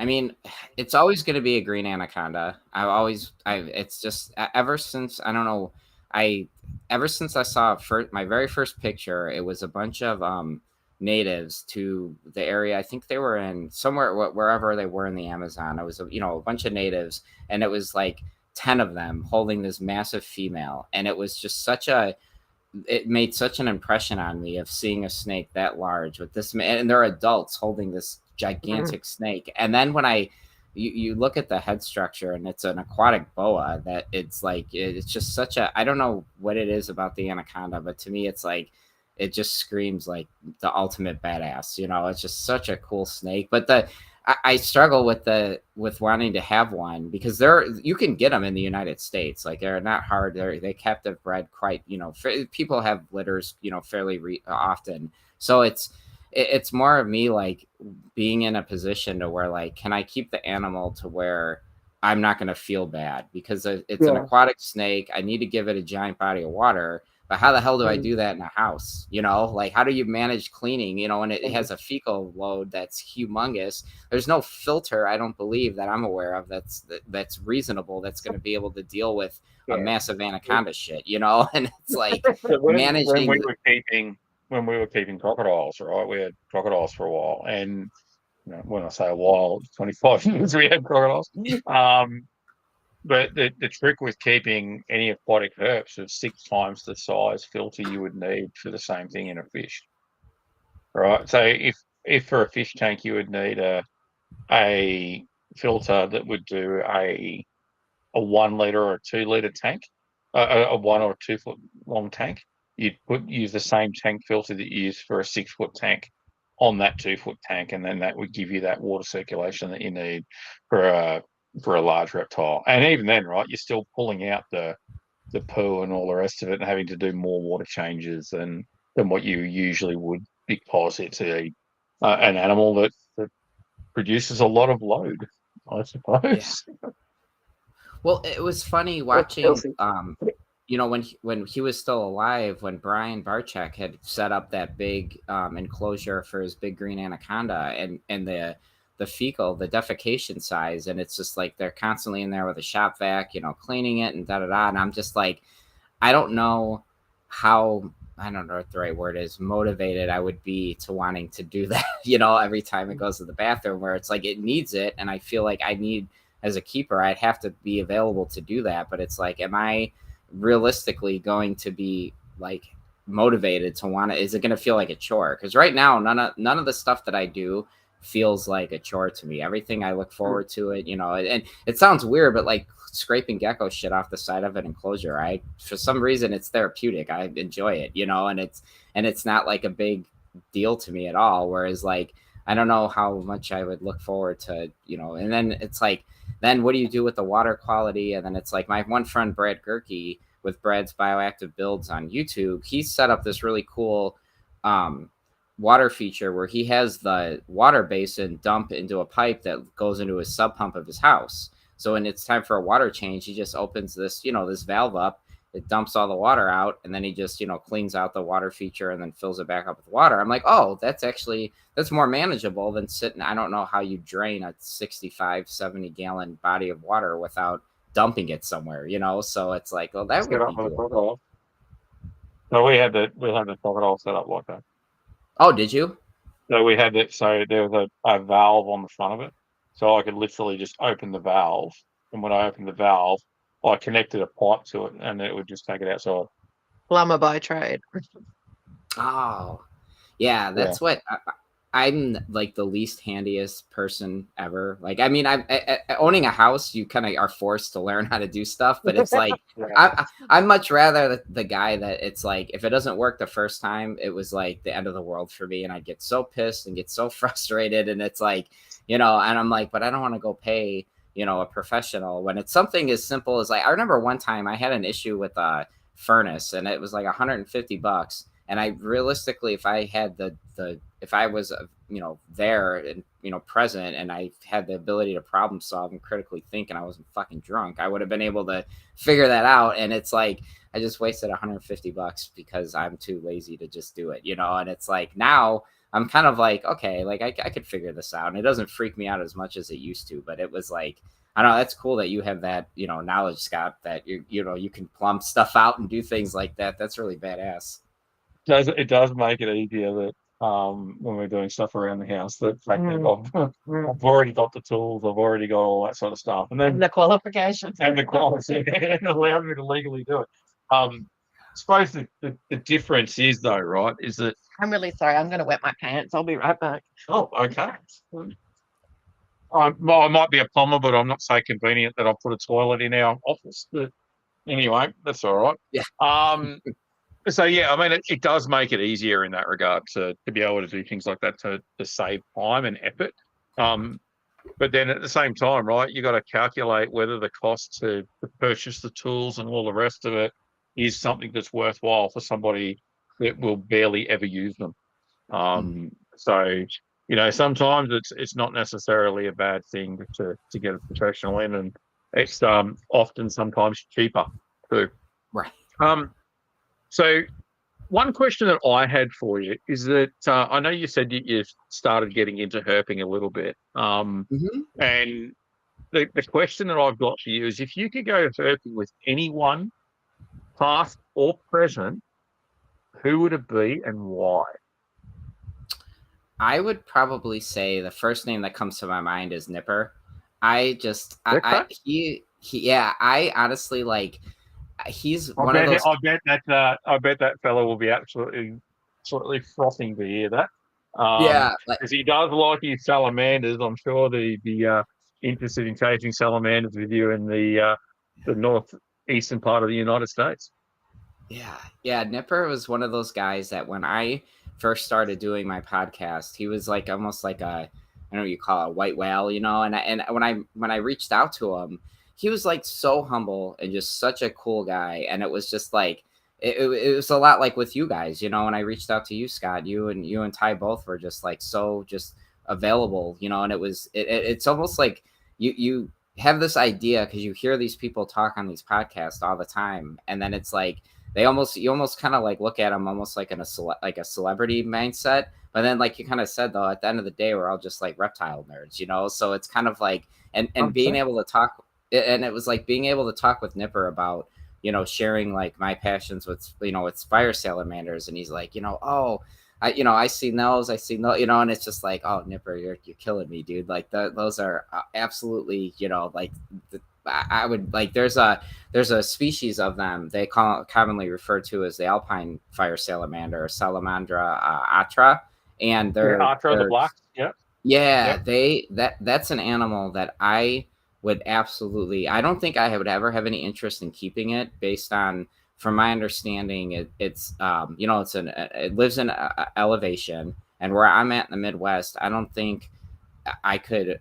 I don't know. I'd have reservations of keeping it at sea level if it's naturally not found anywhere near sea level. I don't know if it would play a factor in it, but at the same time, puppy's making an appearance, and I don't know though if I feel like I could give it its just due, but I still think that salamander is just one of those animals that I would lose my mind if I seen one in the wild. I know, like their whole life cycle is so crazy. They can stay, pregnant, if you would. I think it was like up to like 18 months that they can actually be carrying their larva, with them. Yeah. And it's like, I'm sorry, what was that, Scott? I said, yeah, okay, that's interesting. Like, Yeah. And it just. Oh, sorry. Oh no! I was going to just say really quick is like it births not an aquatic like larval form of a fire salamander. It's a fully formed small version of itself, and something about that animal and its life cycle is just, I don't know. I find it so intriguing, and I would lose my mind to see one of those in the wild. And to go with Nipper, I mean, the guy is like, I mean, you guys seem like you guys get along pretty well. Nipper is just such Nipper. yeah, isn't he such a great guy? Yeah. I really do enjoy Yeah. talking to him. He's such an awesome man. I particularly like calling him from the field in summer when it's like almost zero or below zero, and I give him a call while I'm out chasing critters or something like that. I go, "How are you going today, mate?" And he goes, "Oh, it's bloody cold. It's this, that, and the other." I said, "Oh," He goes, "It's fucking crazy." and I'm telling him that hang on, wait 1 second. I've got to go and have a look at this snake that's on the road in front of me while I'm talking to him on Messenger or something like that. So he doesn't mind that, me giving him shit like that. That's for sure. But you talk about Salamander atra. That was one that there was 2 species of salamander that when we went to Germany back in 22 that I really wanted to see, and I didn't see either species of salamander, and that was a disappointing part. But we certainly did see Vipera berus, which was a species that we're hoping to see, and Nipper, funnily enough, was the person that was able to sort of really help us with knocking down, and Eric Watchell, on knocking down the sort of conditions that we need to see them. So, we were successful in seeing Salamandra, Vipera berus. So here's the Vipera berus and the habitat it was in. So this incredible heath. It wasn't a very big snake, but that's it. That's it there in all its glory. So yeah, pretty exciting animal to see. And then next to a 20-cent euro coin there. So it wasn't a very big snake, but certainly She was angry. we were very happy to see it. That's for sure. So yeah, and very lucky to see it. And the one thing that we found out about it is that these things were, and this was thanks to Nipper, was the temperature. You'll see them at in a very small temperature window when they're out and basking, and then as soon as it gets to either too cold, they're not out, or if it's too warm, then they move away from basking pretty quickly as well. The part where you get Salamander atra, we ran out of time and didn't get to go to that particular spot. But when we go back to Germany, I definitely want to go to the Black Forest, and that will be something that is high on my list to see. So yeah, I'm friends with a guy on Facebook, and I think it was last year, he went out to Europe and he hit up a bunch of different countries, and it was like the salamanders that he was posting pictures of. I'm like, dude, oh my goodness, you're making me so jealous right now. It's like, oh my gosh, like it's weird because it's like, I don't know, I just feel like this I don't know what it is, but it's like there's so many animals in so little time, and it's like and it's like, with you guys like being in Australia, like, I mean, some of the most iconic. Oh, that's cool. That's So- it's your what is it? Your classic like This is our- alpine, right? Yeah, this is alpestris. Yeah. Yeah, that's such a neat animal. But it's like, you like, do you guys like how many have you found every animal reptile in Australia, Scott, or no? No, No. I'm at over 550 species of reptile and over 120 species of frog. But yeah, that's there's 249 species of amphibian and just over 1,100 species of reptile. So I'm Oh, about wow. 50%, I suppose. I'm nowhere near that high because I'm the bitch that gets left at home to feed everything at home. But, Oh. some of those things are very hard to get hold of too. So yeah. Now, do you enjoy herping, Ty? Yeah, it's just time. Like, as we said earlier, those books are a year's contract, and sometimes life gets in the way. Like, for example, we just spent the last 2-3 weeks putting in a kitchen that we had no intentions of doing. And we do have books that are on the laptops now. And so you get behind through no fault of your own, or you just end up. I'm an insomniac and I can go that way for months. And then all of a sudden I'm dead. I need sleep and I can have early nights for 2 weeks straight. So that then loses me time as well. And it gets to the point sometimes where we could actually plan it better, Mister. I could do a spreadsheet on it, where we fight more in winter. But it gets to the point where it would be a perfect night to go out, and you could get photos for the book. But do you run the risk of maybe not seeing anything and get writing done, or do you go out and hopefully get your targeted species, get the photos that you may not need to get from someone else, and be happy there? And then just put a bit extra time into writing. And quite a few times we've gone out, seen stuff, but not the species we were targeting that we needed photos for. And we were like, fuck, we should have been writing. So for us lately, it's been a bit of we haven't got out anywhere near as much as we would like to. Yeah, I just, I don't know. The idea of like you guys finishing a book from 8 months to 12 months is just, oh my gosh, that's a very impressive feat. Holy cow. Yeah, we have them ongoing too, right? So that's the thing. So like When we're working on a book now on a group of very popular lizards, and that's been going on for. what you just say? I didn't say exactly what it was. You do. I didn't say what it was.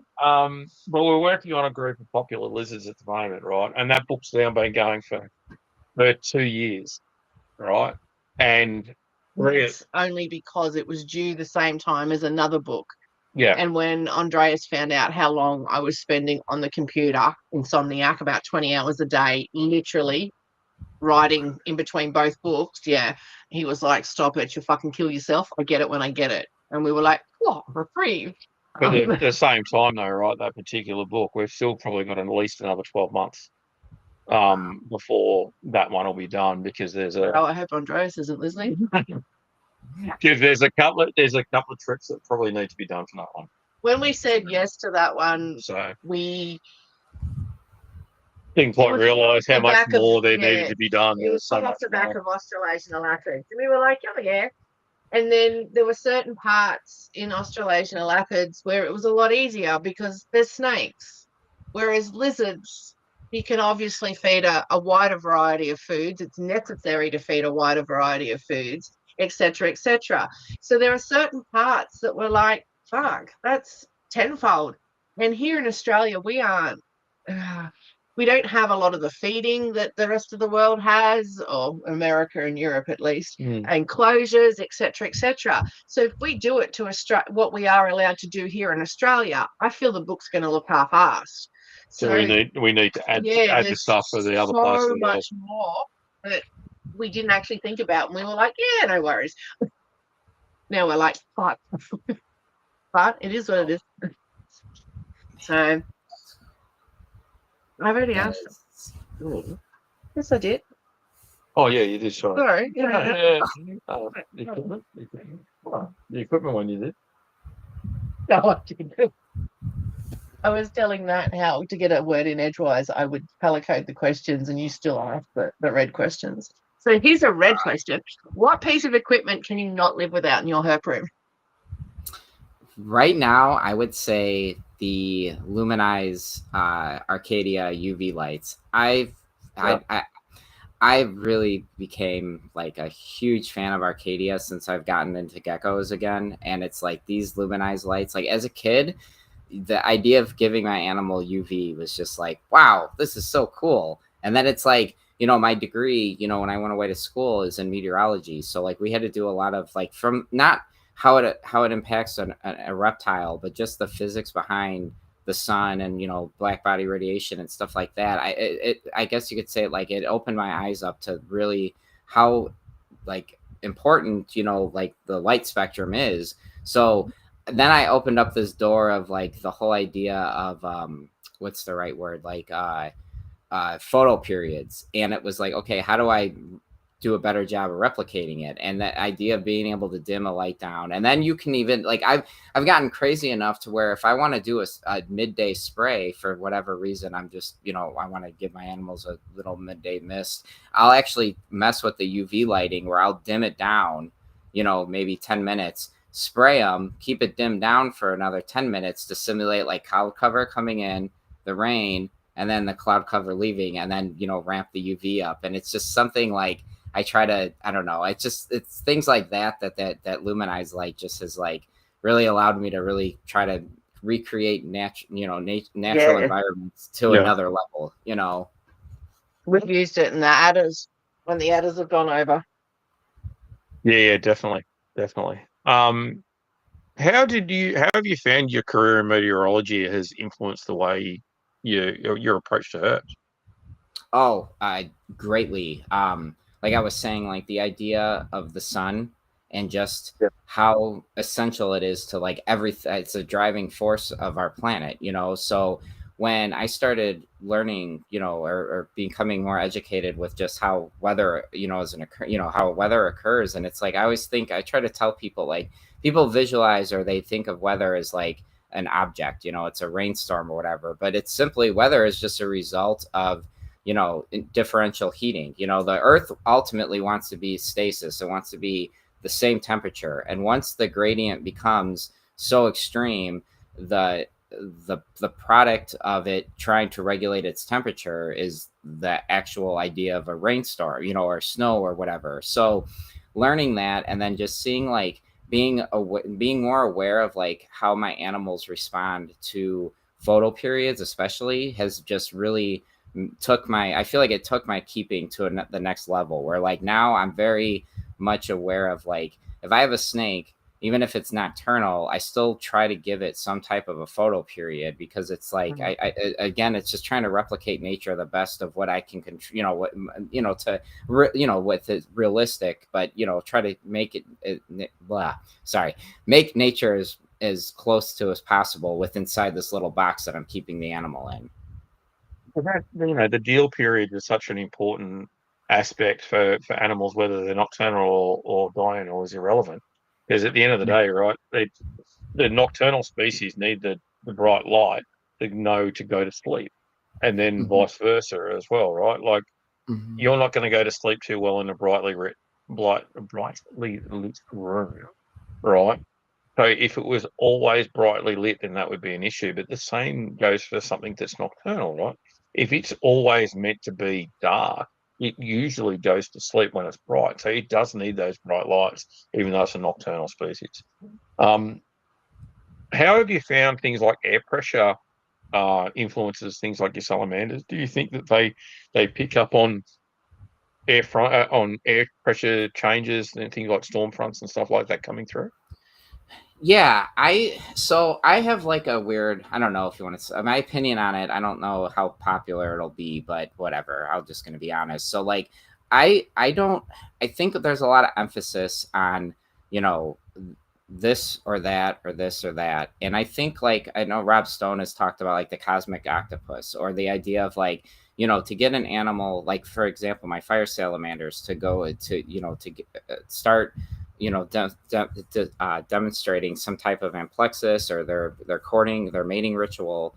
They do this really cool little dance where the male will get up underneath the female and, chin rub her, and he'll position her cloaca over the spermatophore. It's really, really cool to see. And long story short, though, I notice more that, like, if I'm trying to quote unquote like pair my animals when a cold front is coming through, I don't think it's bad. But at the same time, if you can check a couple other boxes instead of that one, I still think, as far as my fire salamanders go, that's still going to be sufficient enough to result in a successful copulation. Where I think sometimes, that, I don't know. I don't think it's bad, but at the same time, I don't know how important it could be for, I don't know, the success in breeding, I would say. Broad picture. Don't nail yourself down on one. Well, there's probably a whole series of things that can influence reproductive behavior. And you probably need to hit a whole heap of those. But And each one helps, right? Yeah. We've got to remember that using reproduction as a marker for success is probably something that's a little bit outdated in a lot of ways. Realistically, we love reptiles, and if we're going to pick something that's one of the most basal traits for species replication that's out there as being a moniker for success, is probably not quite right. Animals will reproduce because that's what their innate drive is to do. It's one of their main things is to reproduce. So I don't think we should be using that as a moniker for success. Yeah, I agree. I remember when I did my intro show to the my podcast, I did this little rant where it's like, the idea of being a successful breeder making you successful in the hobby. I don't like that connotation, because there's a lot of people who might work with animals that are very successful but have no intentions on breeding, because it's like, I don't know, maybe they're maxed out on what they want or what they're comfortable with, and time management and stuff like that, and having that as self-awareness to know how much when enough is enough kind of a deal. I think that's just as impressive as saying I got my 15th clutch of whatever ball python genetic hodgepodge you threw together. And it's like, do we really need to keep breeding these animals when there's 40,000 of them on Morph Market right now, or whatever the number is, but I don't know. It's that old adage, just because you own it doesn't mean you have to breed it. Yeah, look at it's a great example of that are my albino capensis. I have these T positive albino capensis house snakes, and when I got them, I bought a pair, just because I don't know, that I kind of always result in wanting a pair in case I do choose I want to breed, but there's so many of them available. I'm like, I don't need to make any more of them. And now the only motivation I would have to ever pair my two up is if the female went through an ovulation and gave me a clutch of duds, because if she's going to put all that time and energy and effort into reproduction, I don't want it. I don't know if you want to say like wasted energy, but it's like, well, I might as well get viable young from her if she's going to put her body through that. But she has never done that yet. And I've had her for 5-6 years, and she reabsorbed. So I've never gotten dud eggs from her. So I just keep them separate, and I don't see a need for me. What am I going to put more snakes out there when there's already, at any given moment, anyone in the United States can go on Morph Market and buy 10 albino T positive house snakes. So why am I going to put more out there? Yeah. I have a question. It didn't feel that cunty when I came up with it, but now it actually feels a bit cunty. So it's meant with love, okay? Go for it. So why is the weather so hard to predict, but my diamond python always knows when it's going to rain? It's so that's a loaded question. To go with that, right? So whenever it's going to rain, the diamond python comes out and will sit in a certain spot. on the side of the enclosure, and it sort of just goes backwards and forwards. And I'm like, right, no washing today. Nice. Yeah. So Yeah.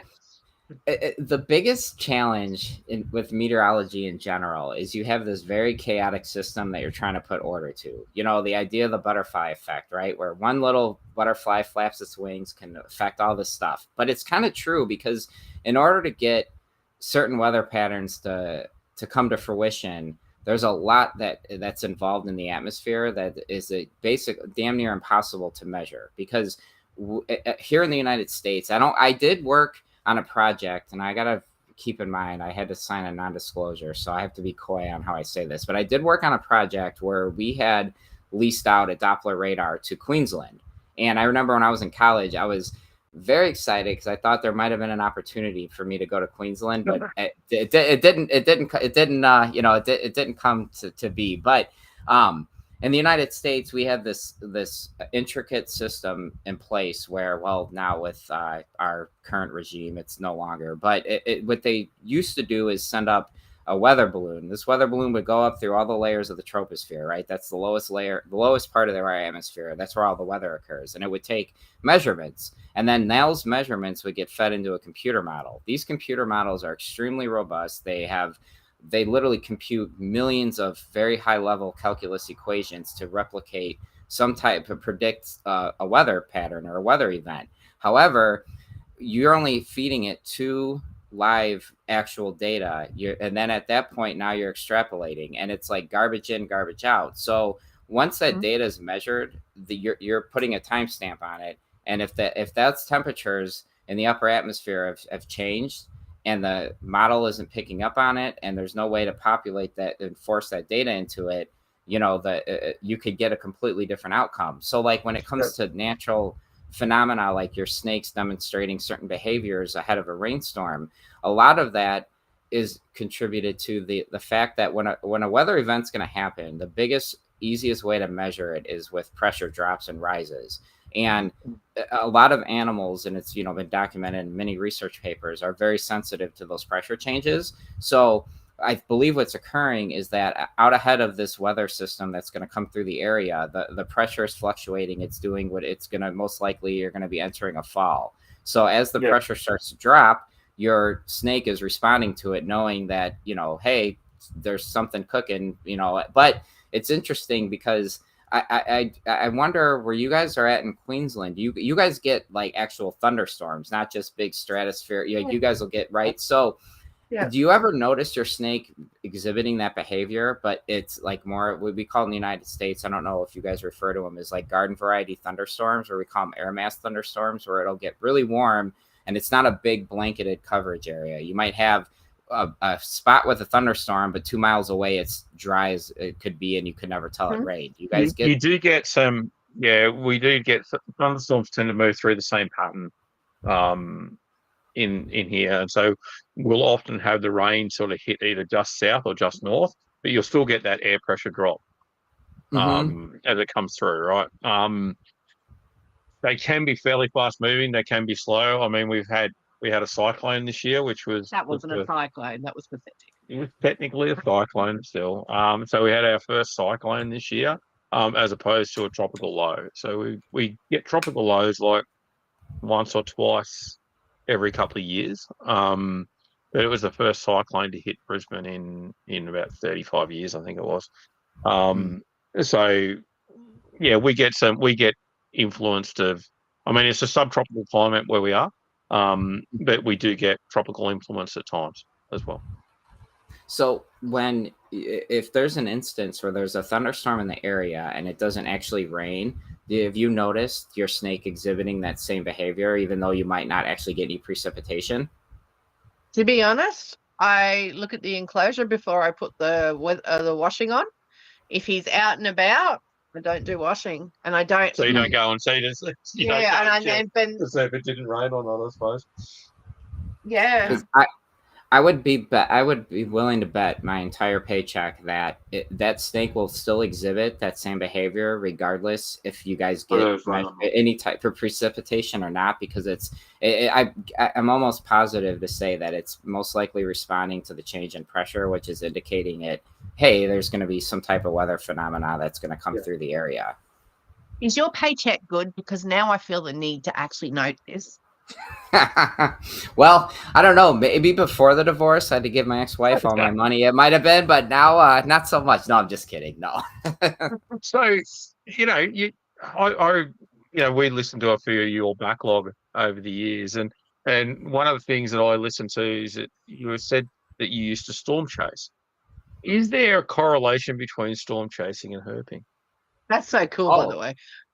Yeah, it was one of the coolest experiences I had was we were out in the plains in the United States. We were in, I want to say Kansas, and we're down these like dirt country, like hillbilly redneck, as could be roads. And as we're driving down this road, there's just this massive like pouring of frogs just literally everywhere. Like it was insane. And it was, we had this big, they call it a supercell thunderstorm. It's just a way that the convection, you get air rising up, and depending on the atmosphere, it's going to make the storms take on different modes, if you would. So the supercell is coming through and the frogs knew it and they were just out in full force. And it was like, I wonder in an event like that, how many herps, not just frogs, but, because the frogs are going to be, predated on by snakes and stuff like that. And I just bet, I would think that you would have just a hell of a time out there to see, but the downside of that is you're at risk of Mother Nature, because usually that coincides with those weather events are tornadoes, large hail, so on and so forth. So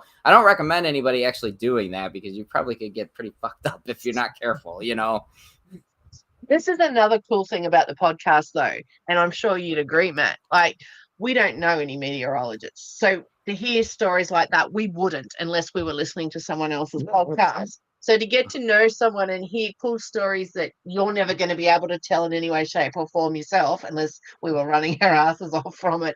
Do you know what I mean? Like it's so cool. So the other thing that we found that was really interesting, I suppose, is that you got this thing called IHS that you happen to be speaking at this year. I'm hearing.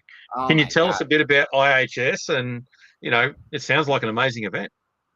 Yeah, I still wonder how the hell that happened, right? It was cool. I was talking with Dr. Loafman, Zach, with Clubroid and Clubroid Radio, and I was asking him, I forgot what we were talking. I think we were trying to set up just an interview date, and it was really funny because he texted me, or he messaged me on Facebook, and he's like, "Hey, I have something to," and and I hadn't really had much communication with him at all. So he messages me and he's like, "Hey, I have something to talk to you about. Are you available?" And I was at work, and I'm like in this government facility that I work in, cell phone usage is like very restricted. So I'm just like, "Hey, can we set up a time this evening when I get out of the office?" He's like, "Okay, cool."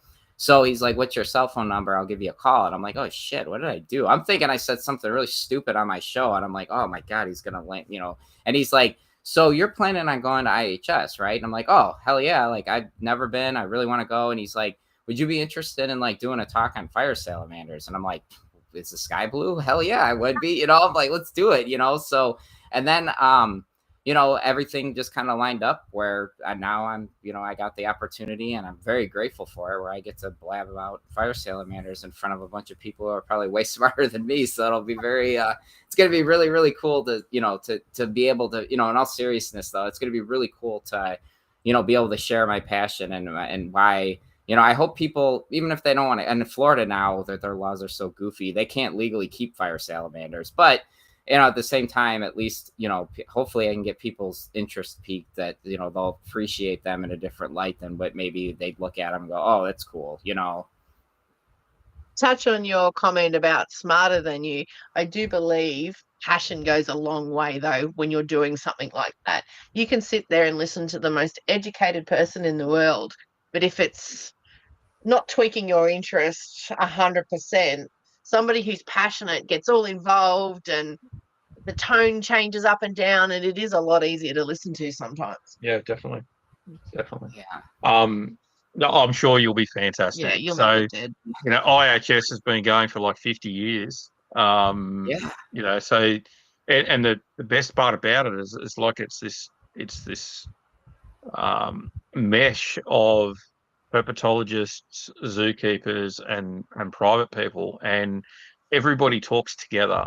on the same level. There's no the egos are sort of left at the door, and you can have these amazing conversations between each other. It sounds like it's an incredible event, that's for sure. And fingers crossed, because I'm hoping to go herping, and the very first tattoo I ever got was of an eastern coral snake, and so I'm not holding my breath, but oh my goodness, I would lose my mind if I could see one. That would be awesome. Well, I think I'm pretty sure that there's a herping event that's happening beforehand and certainly Yes. afterwards. So, Yep. Mike Clarkson was talking about it a while back that the one thing that they do with the IHS is they tend to try and put it in places where the herping isn't too bad to make sure that people can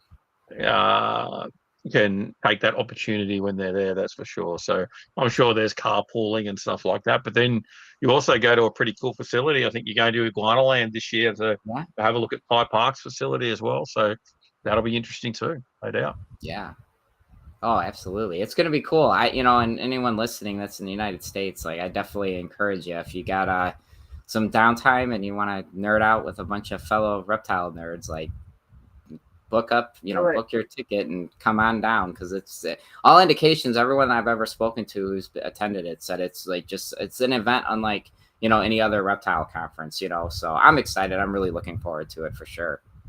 I mean, I just booked my tickets for ASH, which is the Australian Society of Herpetologists, and that goes for 3 or 4 days as well. And that's a scientific conference. Obviously, it's a little bit different to what this is, but that. The one thing I saw about the IHS is that because it goes over the weekend as well, people that aren't working can get like a day pass to go and see either a single day or a couple of days or something like that as well. So, they've really made it very attainable for the people in the US.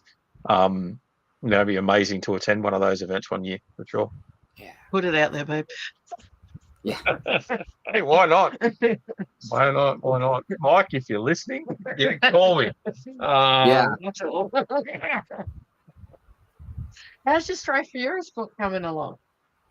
Well, so that's, I've struggled with knowing when I have enough publications, because as I'm sure you guys know, it's like, when you have, I'm very fortunate enough because of my background. I have a lot of access to a lot of like different, journals and stuff like that. And it's like, I'll read a paper that references another paper, and then in that paper references another paper that references another, and it's like, I need to, like, the one thing that I haven't done yet that I need to is really sit down, and I like the idea of a spreadsheet and really formulate the structure of what my goals are, because I'm right now kind of just, I guess you could say, I'm just freeballing it way too much, where I need to reel myself in, because it's like, I enjoy learning so much about these animals that, like, it's not anything that, like, it's stressful or nothing, but it's like, I kind of just want to take it all in, but it's like, okay, I'm never going to get to the finish line if I keep adding to my plate. You know what I mean? But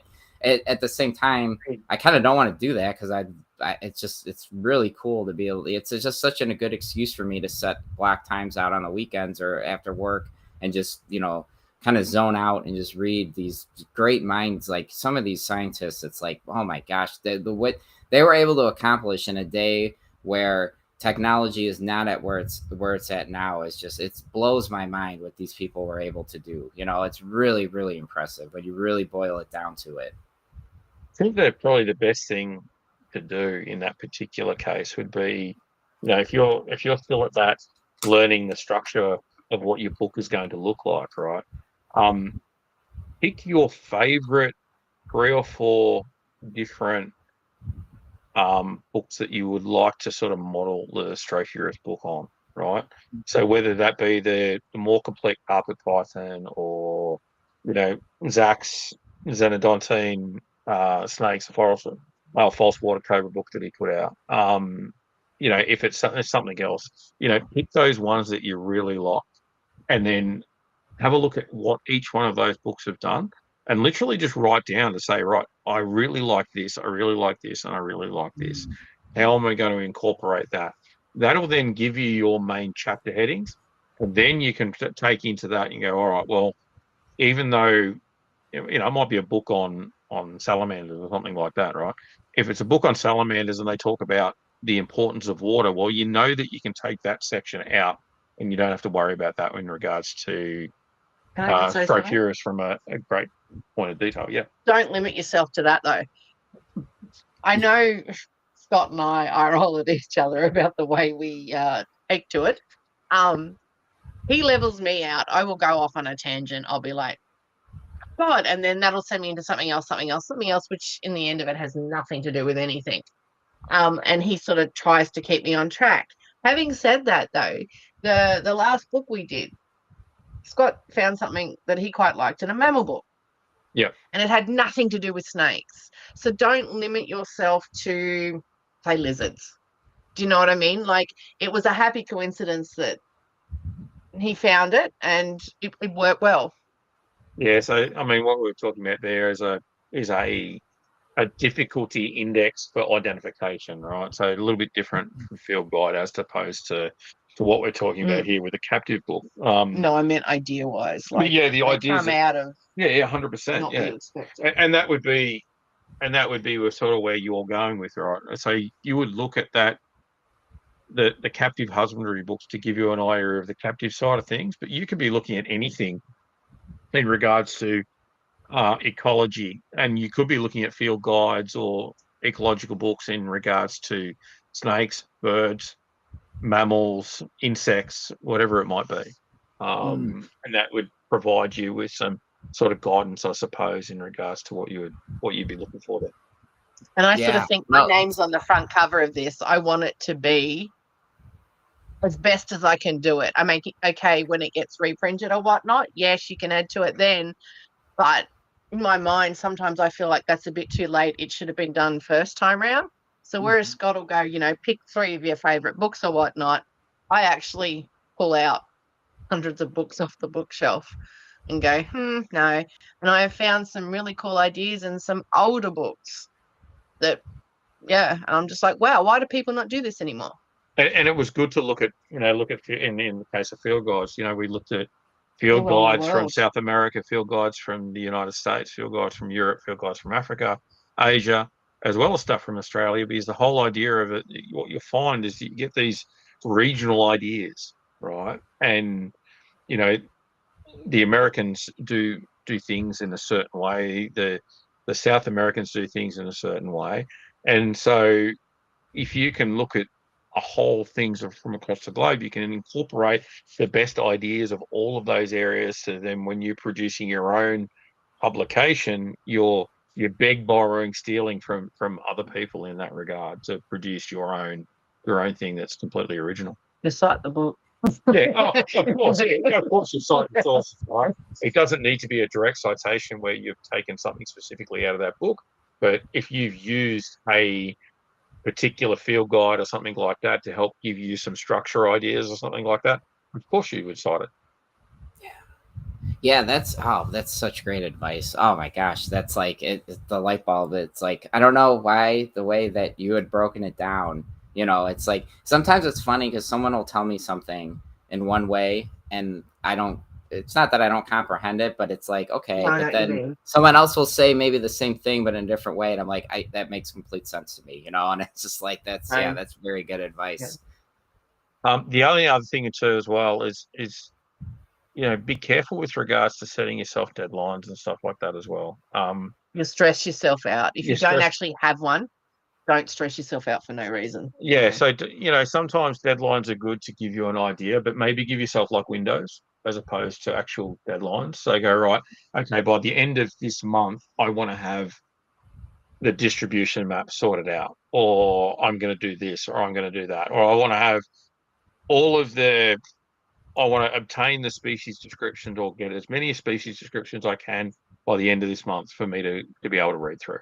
Right. And then what you do is you spend time focusing on trying to grab those species descriptions, and you end up burning less time and wasting less time, because if you obtain one description, then read through it, then you want to try and obtain the next one and then read through it. Whereas if you go through and I'm going to literally name all of them, then, or get the descriptions for all of them, then it works. And you can do that with your spreadsheet as well. If you use that same spreadsheet, you can literally go, right, okay, you can have a column for the species descriptions, and you can change the color when you've got that species description, and then you can change the color when you've read that species description. Has everyone heard this? The next time you have a go at me because it's in a different color and you don't know why it's in a different color, you do it too. Also, too, I like reading. So I find that when I get stressed out with maybe a deadline or whatnot, if I go back and read some stuff, whether it's books, papers, whatever, doing something that I enjoy, and it's taking my mind off the fact that I need to be writing, but I'm still researching for that book. So I find that helps level out the stress levels a bit. Yeah, that's one thing that like I really could see myself getting too wrapped up in, and that's really good advice, because I definitely could see myself, because I'm very much of like, okay, I'm gonna have this done on this date, and then it's like freak out time, because it's because for me, like, this experience, a lot of it, I mean, all of it's new, so it's like I don't know if my deadline that I create in my head is actually reasonable, or if it's like, Matt, what are you doing? You're gonna freaking burn yourself out, because like that's not, you're crazy, so Yeah. but at the same time, it's such a cool experience, because it's something new, and it's just this idea that I've had, like when I was in active in meteorology, like this idea of like papers being published. I was very fortunate enough to be in contact with one of the world renowned severe weather meteorologists, and the guy published papers, I felt like, every week. So it was always this idea of like wanting to get a meteorology paper published, but then it was like I realized like very quickly the stuff that I was into was not, there's no need to be published or whatever, and it was just, I don't know, I got very, but long story short, to say all that, it's like I definitely think that Ty, especially, well, both of you guys and Scott as well, it's like all of this stuff is just, man, it's very beneficial to hear all this. It's really going to help me out big time. With you stress, I need to say this before I forget it. With you stressing out about a deadline, the most important thing you can possibly remember is, life-wise, you're not going to get this time back. Yeah. So when you miss out on family and friends because you're stressing over a deadline, that's not coming back round. We learnt that the hard way. I think too, right? Remember that you can always get other people to peer review your stuff as well, right?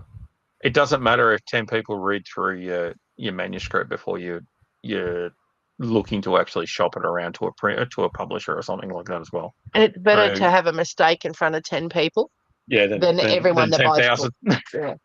Yeah. So yeah, and look, right, it doesn't matter. The thing is with your brain, right, is you will completely miss basic fucking errors. Like, you'll misspell something and your brain will just sit there and go, no, this is what I have written. That is what you have written, and that is it. You won't see it, and particularly if it's like a misspelled word that is another word. So it could be no and on or something like that, right? You've easily reversed the two. Spell check won't pick it up as being wrong. Grammar may not potentially pick it up as being wrong, but anyone reading it will pick it up as being wrong. But your brain won't pick it up because you'll just keep reading it the wrong way. You get to a point where you read it that many times that you automatically read what you know you should have written. Classic for us was 174. Yeah. Yeah, the dash was in the wrong spot. It was meant to be 1 to 74, and it was 174. Oh. We had someone message us going, really? They have that many babies? And I'm like, no, it's about 74. Why is that? She's like, no, you put 174. Oh, shit. So we have one question that we always ask our audience in regards to our guests, sorry. Regarding misogyny in the hobby. Have you ever experienced it, or do you think there's something that can be done to help sort of stamp it out? Yeah, unfortunately I have. Being, going to like the big reptile expo we have here in Chicagoland, you see it all the time when there's a very well established herp keeper who happens to be female, and the amount of like mansplaining, I guess you could say, that'll take place. I don't know how some of these women put up with the crap, because I find it like, as a guy listening to it, it gets so annoying where like, I forget her name, but there's a girl who's very, very good and very well known to work with tokay geckos.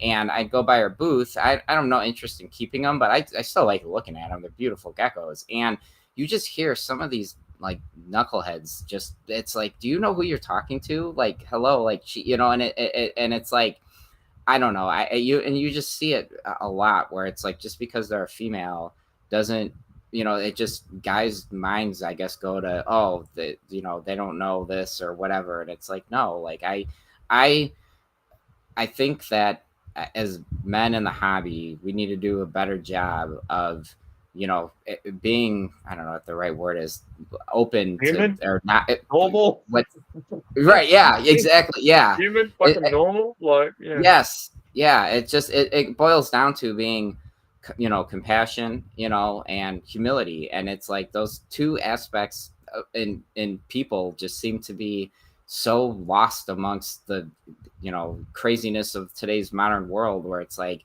if everybody could just treat everybody with respect, you don't have to like everybody, for crying out loud, but you don't need to be a dickhead to every single person you talk to. And it's like, and for some reason, especially I see it with female breeders a lot. They seem to catch the brunt of it, and it sucks to see it. And it's like, I don't know. I mean, I think that's $1 million question. How do we all get along? At the end of the day, it's. How did your podcast come about?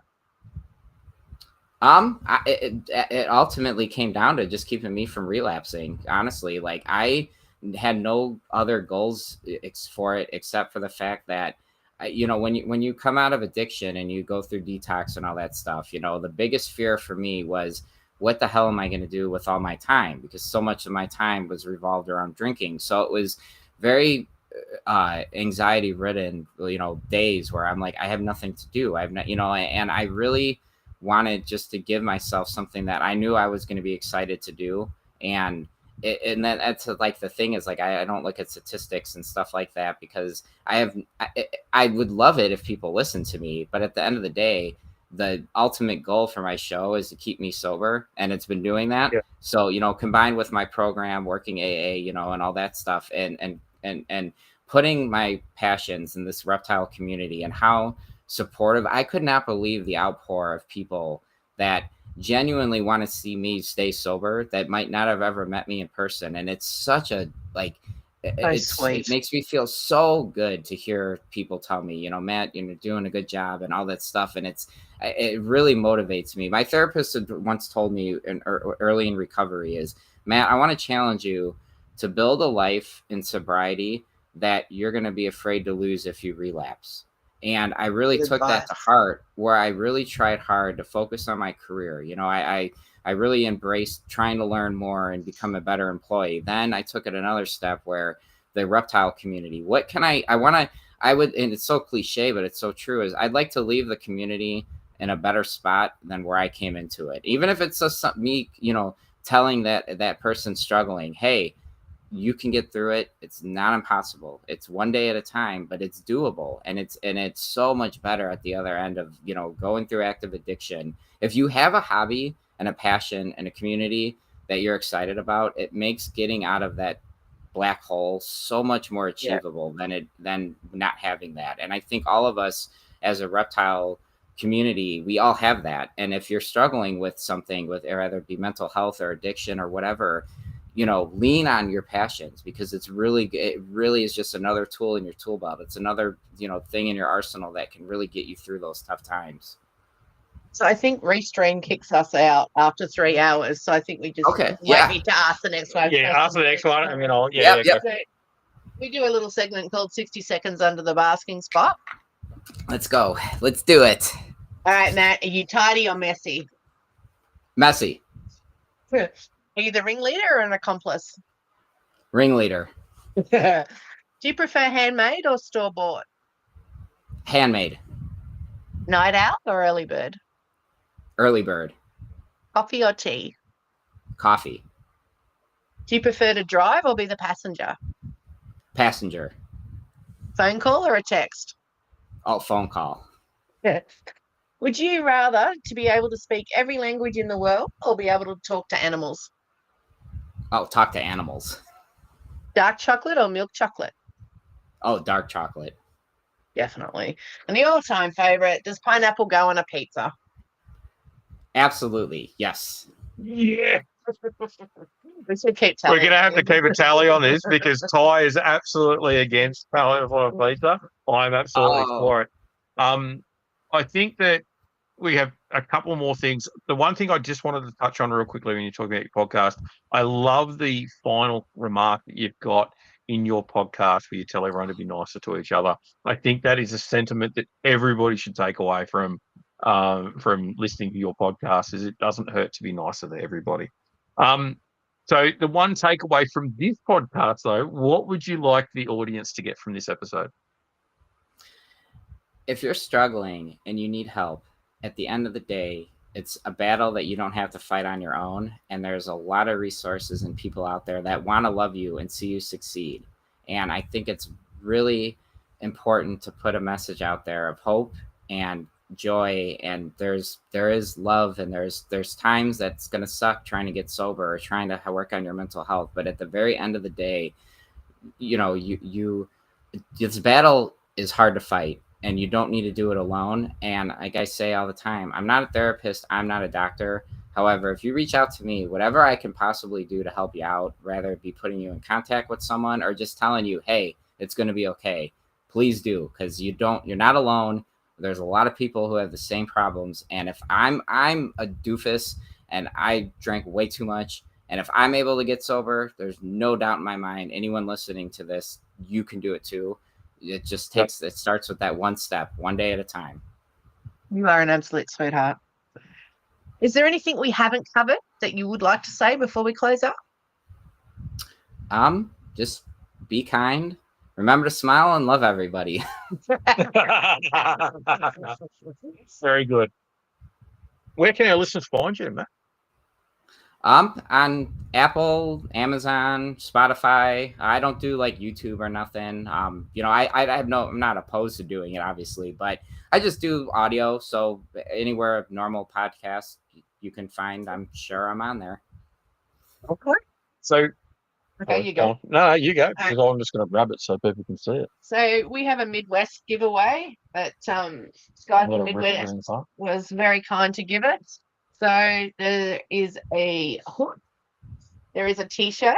Oh my God, you've got some shit on your desk. Yes, I do. And there is a snake bag. Yeah, so I can't pick up because all the crap's going to come falling down on me. So do you want to draw the lucky winner? Yeah, please. Out of the Midwest. all right. Okay. There you go. Read the name Like out. we should have had you need a drum roll.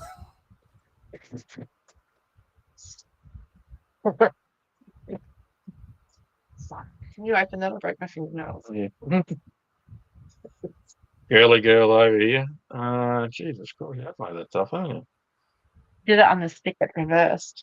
I know. That was a good So idea at the time. we couldn't see it. No, yeah. That's all right. Jesus. Oh, who is it? Manny Walsh, congratulations. Oh, it's back to front. You won That's the giveaway from Midwest. Thank you very much to Well done, Manny. Midwest. We'll pop that in the post to you shortly. We'll have to contact you to get those details. All right. So thanks for listening to the Cold Blooded Contributions podcast. The Cold Blooded Contributions podcast is proudly sponsored by Midwest Tongs. For over 40 years, the Midwest Tongs team has provided the highest quality snake handling tools made in the USA. Made by professionals for professionals. Visit Midwest Tongs at www.tongs.com. A massive thank you to our guest, Matt. We really appreciate you taking time out of your busy schedule to talk to us. Usually we'll be releasing our podcast monthly, so make sure you follow us so you don't miss out on an episode. Give the Cold Blooded Contributions podcast a like on Facebook so you don't miss any updates, giveaways, or guest announcements. The links discussed in today's podcast will be in the show notes. Remember, guys, always trust your creativity. It's intelligence having fun.